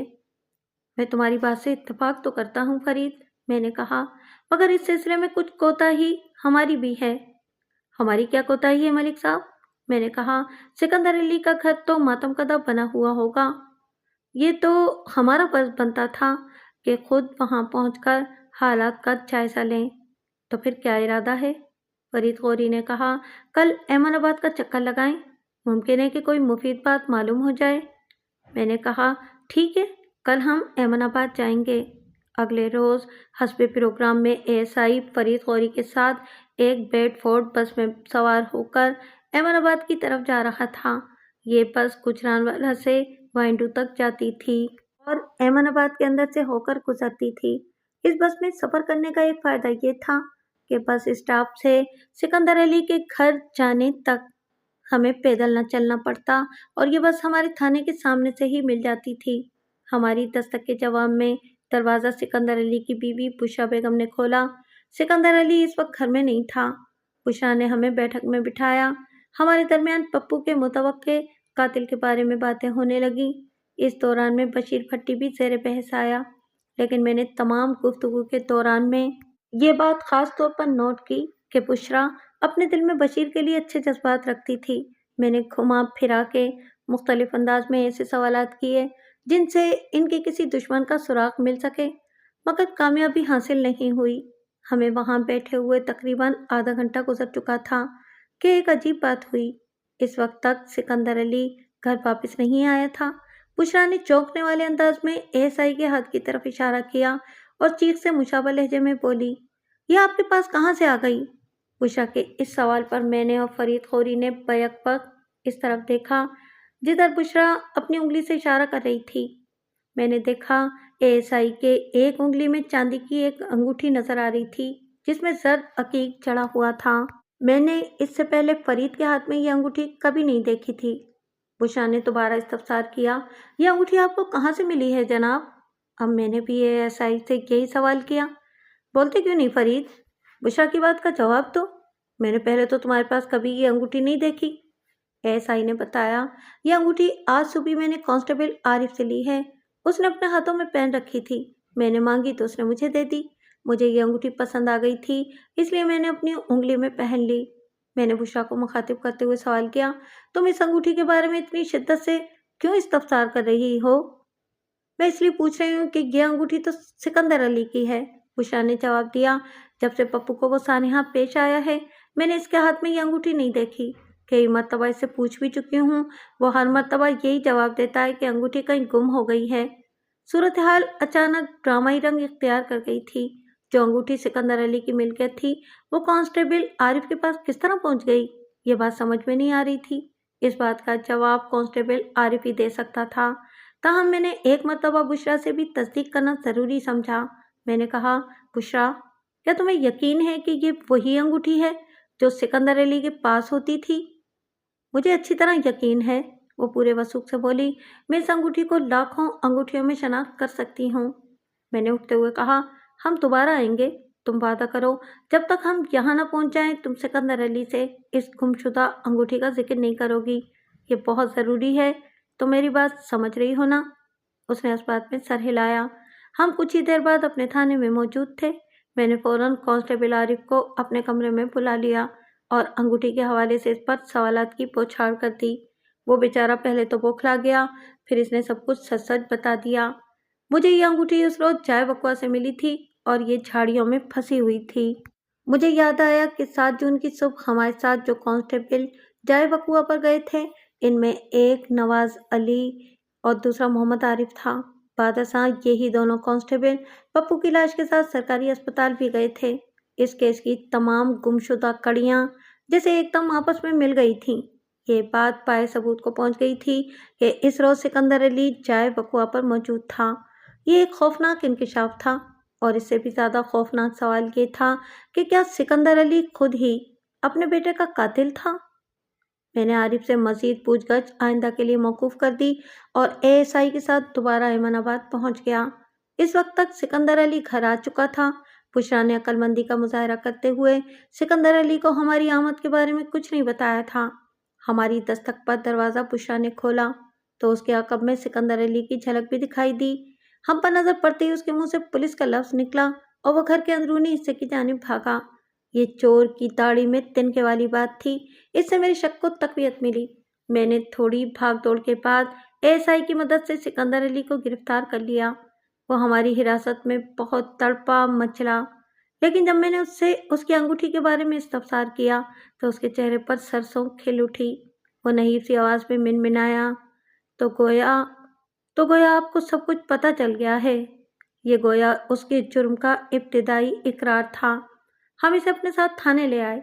उस रात हमें सिकंदर अली पर ज़्यादा मेहनत नहीं करना पड़ी।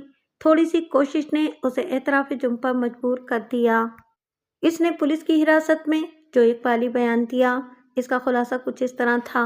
वो बुशरा और बशीर भट्टी के ताल्लुकात से बड़ी हद तक आगाह हो चुका था।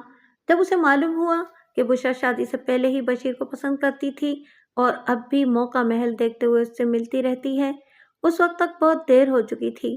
क्योंकि उस वक्त तक हामिद अली उर्फ पप्पू 2 साल का हो चुका था।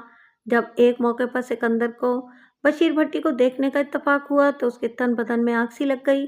पप्पू की शक्ल बड़ी हद तक बशीर भट्टी से मिलती जुलती थी। वो अपनी औलाद को बुशरा का गुनाह समझा, हालांकि बुशरा की पाकीज़गी में कोई कलाम नहीं था। इसकी सोचों, इसके ख्यालों और इसके जज्बात में हर वक्त बशीर भट्टी रहता था। चुनांचे उसने एक ऐसे बच्चे को जन्म दिया जो सूरत शक्ल में बशीर से मुशाबह था। मगर ये बात सिकंदर की समझ में नहीं आ सकती थी। वो दिन रात अपनी बीवी और बशीर भट्टी से इंतकाम लेने के बारे में सोचने लगा। उसे अपने बेटे से भी नफरत होती जा रही थी, क्योंकि वो उसे बशीर की नाजायज़ औलाद समझता था। फिर एक रोज़ इसे नापसंदीदा अफराद से इंतकाम लेने का जरिया हाथ आ गया। वो हस्बे मामूल एमनाबाद के बस स्टॉप पर फल बेच रहा था कि एक शख्स फल खरीदते हुए अपना बटुआ वहां भूल गया। उसने बटुआ खोलकर देखा तो उसके होश उड़ गए। इस बटुए में बुशरा के हाथ का कड़ा हुआ बोस्की का रुमाल, एक अदद कंघी मौजूद थी। सबसे अहम चीज बशीर की छोटी सी तस्वीर थी। तस्वीर ना भी होती तो उसके समझने के लिए रुमाल ही काफी था कि वो बटुआ बशीर भट्टी का होगा, क्योंकि वो मज़कूरा रुमाल को बुशरा के हाथ में काटने के दौरान में देख चुका था। सिकंदर अली समझ गया कि वो बटुआ किसी जेब कुतरे की मेहरबानी से इस तक पहुंच गया था, क्योंकि इसमें रकम नाम की तो कोई चीज़ मौजूद ही नहीं थी। जेब कुतरों को सिर्फ रकम से सरोकार होता है, बाकी अशिया को वो यूं ही कहीं ना कहीं फेंक देते हैं। सिकंदर अली ने एक तीर से 2 शिकार करने का मंसूबा बनाया। वो जिस बच्चे से नफरत करता था उसे कत्ल करके बशीर भट्टी को फंसाने का इरादा बांधकर वो मुनासिब मौके का इंतजार करने लगा। फिर 6 जून की शाम वो चुपके से पप्पू को अपने साथ लेकर नहर के किनारे झाड़ियों में आ गया। एमनाबाद से एक कच्चा रास्ता भी इस तरफ आता था जो उसके मंसूबे के लिए ज्यादा मुनासिब था। इस पत्थर दिल ने एक गलतफहमी की बिना पर खुद अपने हाथों से अपने लख्त जिगर का गला घोंट डाला और इसकी लाश को झाड़ियों में फेंककर वापस चला गया। बशीर भट्टी को फंसाने के लिए वो बटुआ, बोस्की का रुमाल और कंघी वगैरह जाए वकुआ के करीब ही फेंक गया था। मगर वो खबीस इंसान ये नहीं जानता था कि कुदरत इसके इस कभी फेल पर तिल मिला रही थी और इसे भयानक अंजाम से दो चार करने का मंसूबा बना रही थी। ये बशीर भट्टी की खुशकिस्मती और सिकंदर अली की सजा थी, जो बशीर भट्टी वकुआ के रोज गोई की गया हुआ था और सिकंदर अली के हाथ की अंगूठी जाए वकुआ के नजदीक झाड़ियों में गिर गई थी। कुदरत को जब कोई काम करना होता है तो इसी तरह असबाब पैदा हो जाते हैं। शक, हसद और शिर्क को इसीलिए सख्ती से मना किया गया है। जब शक का बीज दिल में जड़ पकड़ लेता है तो फिर तबाही और बर्बादी ही सामने आती है। काश सिकंदर अली ने अपनी बीवी के किरदार पर शक न किया होता तो आज सब कुछ उसके पास होता। वो इसी शक की आग में जलकर अपने बेटे को कत्ल कर बैठा। दुनियावी कानून की सजा मिलने से पहले ही उसकी ज़मीर ने फैसला सुना दिया। जब उसे पता चला कि उसकी बीवी पाक दामन और आबरूमंद थी तो इस ख्याल से ही उसका दिमाग उलट गया कि वो अपने हाथों से अपने बेटे का गला घोंटने का मुर्तकिब हुआ है। एक खफ्तुल हवास और पागल दिमाग शख्स को क्या सज़ा दी जा सकती है? मैंने अपना फर्ज पूरा करते हुए इसे अदालत के हवाले कर दिया था। अदालत ने इसे जेल भेज दिया। जेल वालों ने कुछ अरसा अपने पास रखकर इसे आज़ाद कर दिया। वो एक ऐसा आज़ाद इंसान था जो अपने ज़मीर का कैदी बन चुका था। बाद में इसे एमनाबाद के बस स्टॉप पर खाक बसर देखा गया। अल्लाह हम सबको सेहतमंद सोच और जायज़ रवैये अपनाने की तौफीक दे। आमीन।